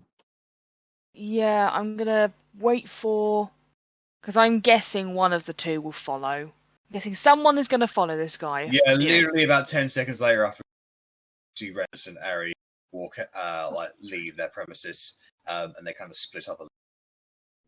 And I kind of point down the road where he's gone to kind of help him out.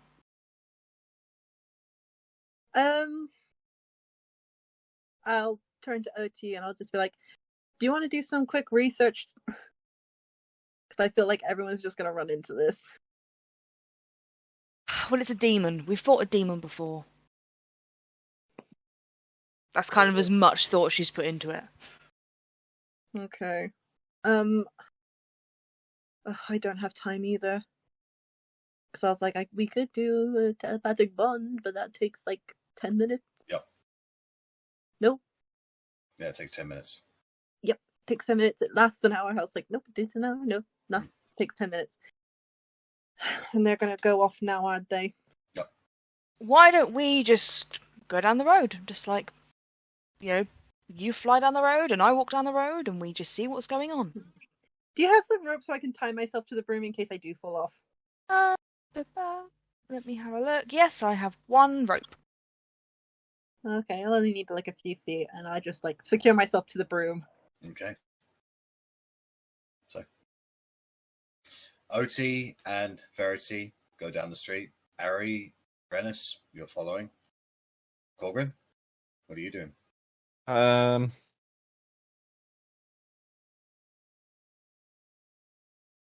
don't know if this can be retroactive or not. Kind of wanted to inquire into like how long he's been working here. I can do that after he leaves. I can, Yeah. if he has been replaced by another doorman, No, can I? you do ask him to. You find out that his name is Samuel. Samuel. Yep. And he's been working here for the better part of a year. Is he always this, chatty, happy? Yeah, no, I mean, people like him. They like him working here. But the moment his shift ends, he leaves. He doesn't stay for a drink. He doesn't, he doesn't socialize with anybody outside of work. He just comes to work, does his job, and goes home. Fair enough. I don't want to give it away or be too obvious, but just fair enough. He seems like a lovely guy. I'll leave a silver here if a drink on his next shift. Okay. It was very welcoming. Yes, thank you. So Rennas and Arri, you are following. I'll go out and then try and meet up with Otti and Verity. No worries. No. And Bella, obviously. Well, Rennas and Arri, you are the closest person to this individual. He is, the way he's walking down the street, he's like really and whistling. He seems like a genuinely happy man, and if Korgrin hadn't pointed him out to you, you would have never suspected. He's very unassuming. I mean, for all intents and purposes, that's what he's attempting to. So, Okay. What sort of direction is he heading to in the city? So obviously we started off at the top. Where? He's heading more into what the blue area is. He's about to head where, sorry? Up there. You might be on the GM layer. Yeah, up there. Right, okie doke. So he's heading towards that bridge. He'll be there in a few minutes. I will just keep following, trying to make sure I don't get seen. Okay. After about 5 minutes, he crosses the bridge, goes into the next section of buildings, and then after a few more minutes, he makes a right.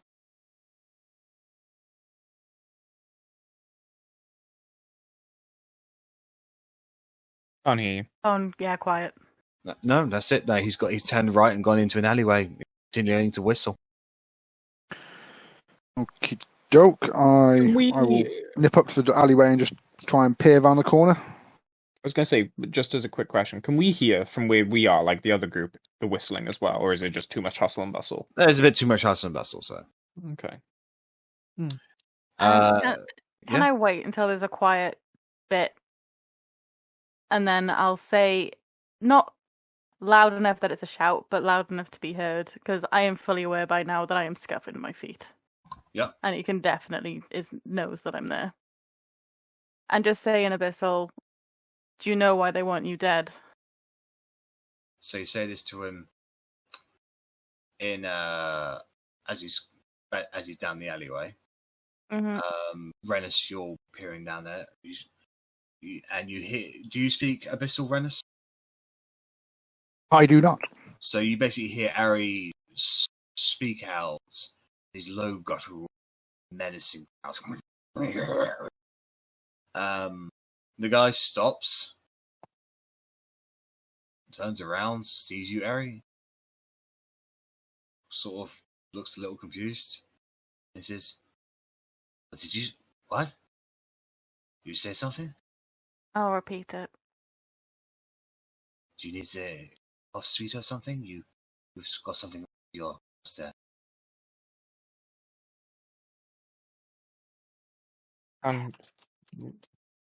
Get the feeling he doesn't understand Abyssal. Yeah, I don't speak the other one. So it was worth a try, because Arri wouldn't know either way. Is you okay? Yeah, just something in my throat. Like, are you okay walking on the streets on your own? This place doesn't seem, the safest. No, the guards keep this place fairly place. I know exactly what you feel. You're cutting out so bad for me, Jack. Oh, fuck's sake. No, this place is absolutely fine. The guards heavy presence here.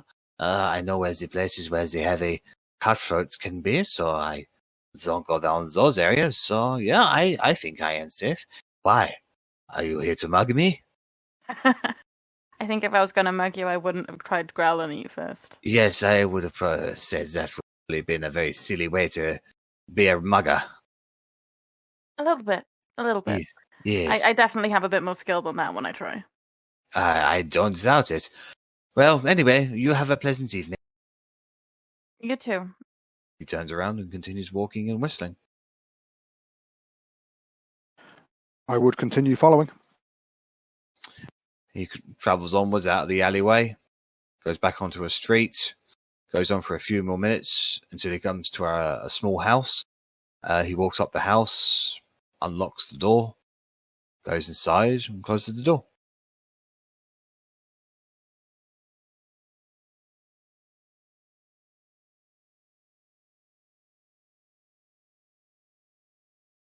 I would have kind of walked slowly behind. Yeah. Are there any windows in this house? Can I try and look there are through? windows. Yeah, but just does Make he perception. look like he's okie doke? See what he's up to. 14. He's closed the curtains, so you can't really see anything. Motherfucker. It is evening now, so there is candlelight coming from within. You know, you can see the light, but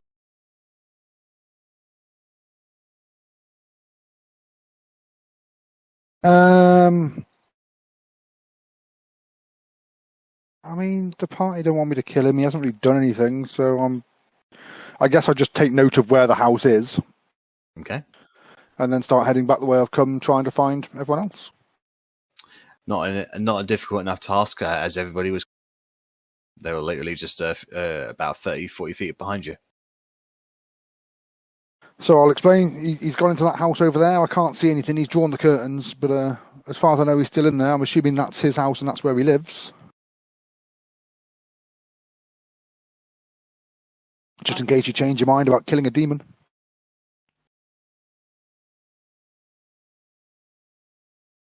I mean, no, but also we'd be attracting a lot of attention to ourselves. I have had an idea while we were strolling. Can we walk away from the house a little bit? Just get some distance. Do we want to just wait until he goes to work tomorrow? And then I can be looking the other way while Rennas were to acquire entrance to the house.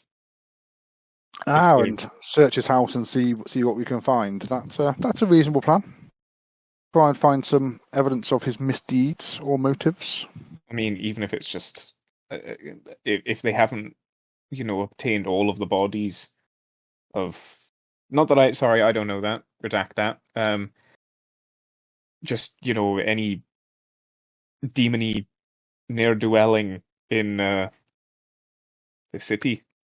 I mean, he's got some kind of weird, freaky demon altar in his basement.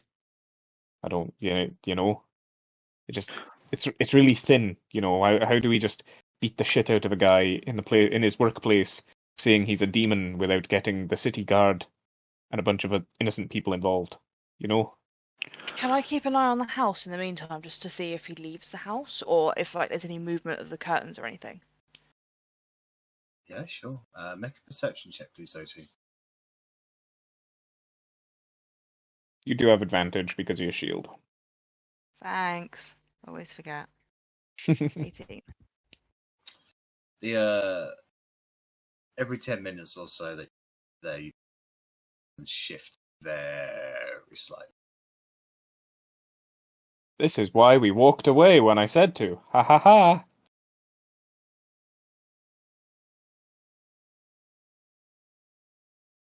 I mean, at the end of the day, I'd hate for us to have found out who he is, and if he's half as good as a shape changer as he says, he could be someone different by tomorrow. And then we have no idea who he is in the city. I feel like But we need something damning. He enjoys his job, that's the thing. he you know, he enjoyed what he was doing. He seemed pretty happy about doing it. He had a perfect opportunity to kill me and he didn't, and I made it quite obvious that I am a tipper. How did you make it obvious you were a tipper? I said I'd be better at mugging him if I actually put effort into it. Nah. Okay. I mean, I don't mind the whole leaving it for tonight, going, getting some sleep, coming back tomorrow when he's at work, sneaking into the house, seeing what we can find, or seeing what I can find. The front door opens up. And you don't see the same guy there. You see somebody else. Someone very, very familiar. Steps. Dressed in provocative clothing. Skimpy outfit. Kind of like a scarf. Third scarf around the neck.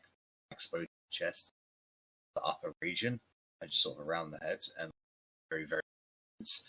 you see Arri stepping those steps. Dressed like a whore. Yes. Rennas turns and watches quite happily. Korgrin would look Oh, sorry, Ali. very, side eye, just glancing. Just Smack them both. That's very that's very peculiar. That's a And the other Arri continues to walk down the street. Ali, do you want to kind of go ask him why he looks like you now? Shall I go confront myself? Take a look at the man in the mirror. Confront your demons. Mm. I mean, I was gonna say, like, see what they do as you first, but that's fair. No, I'm not either of you anywhere near me when I'm looking like that. And I'll go after them. So now it's okay because they look like you. Gotcha. I'm not going to kill them. I'm going to confront them. Well, Arri, What's the difference? you chase off after the person, but that's where we'll call it a night, guys.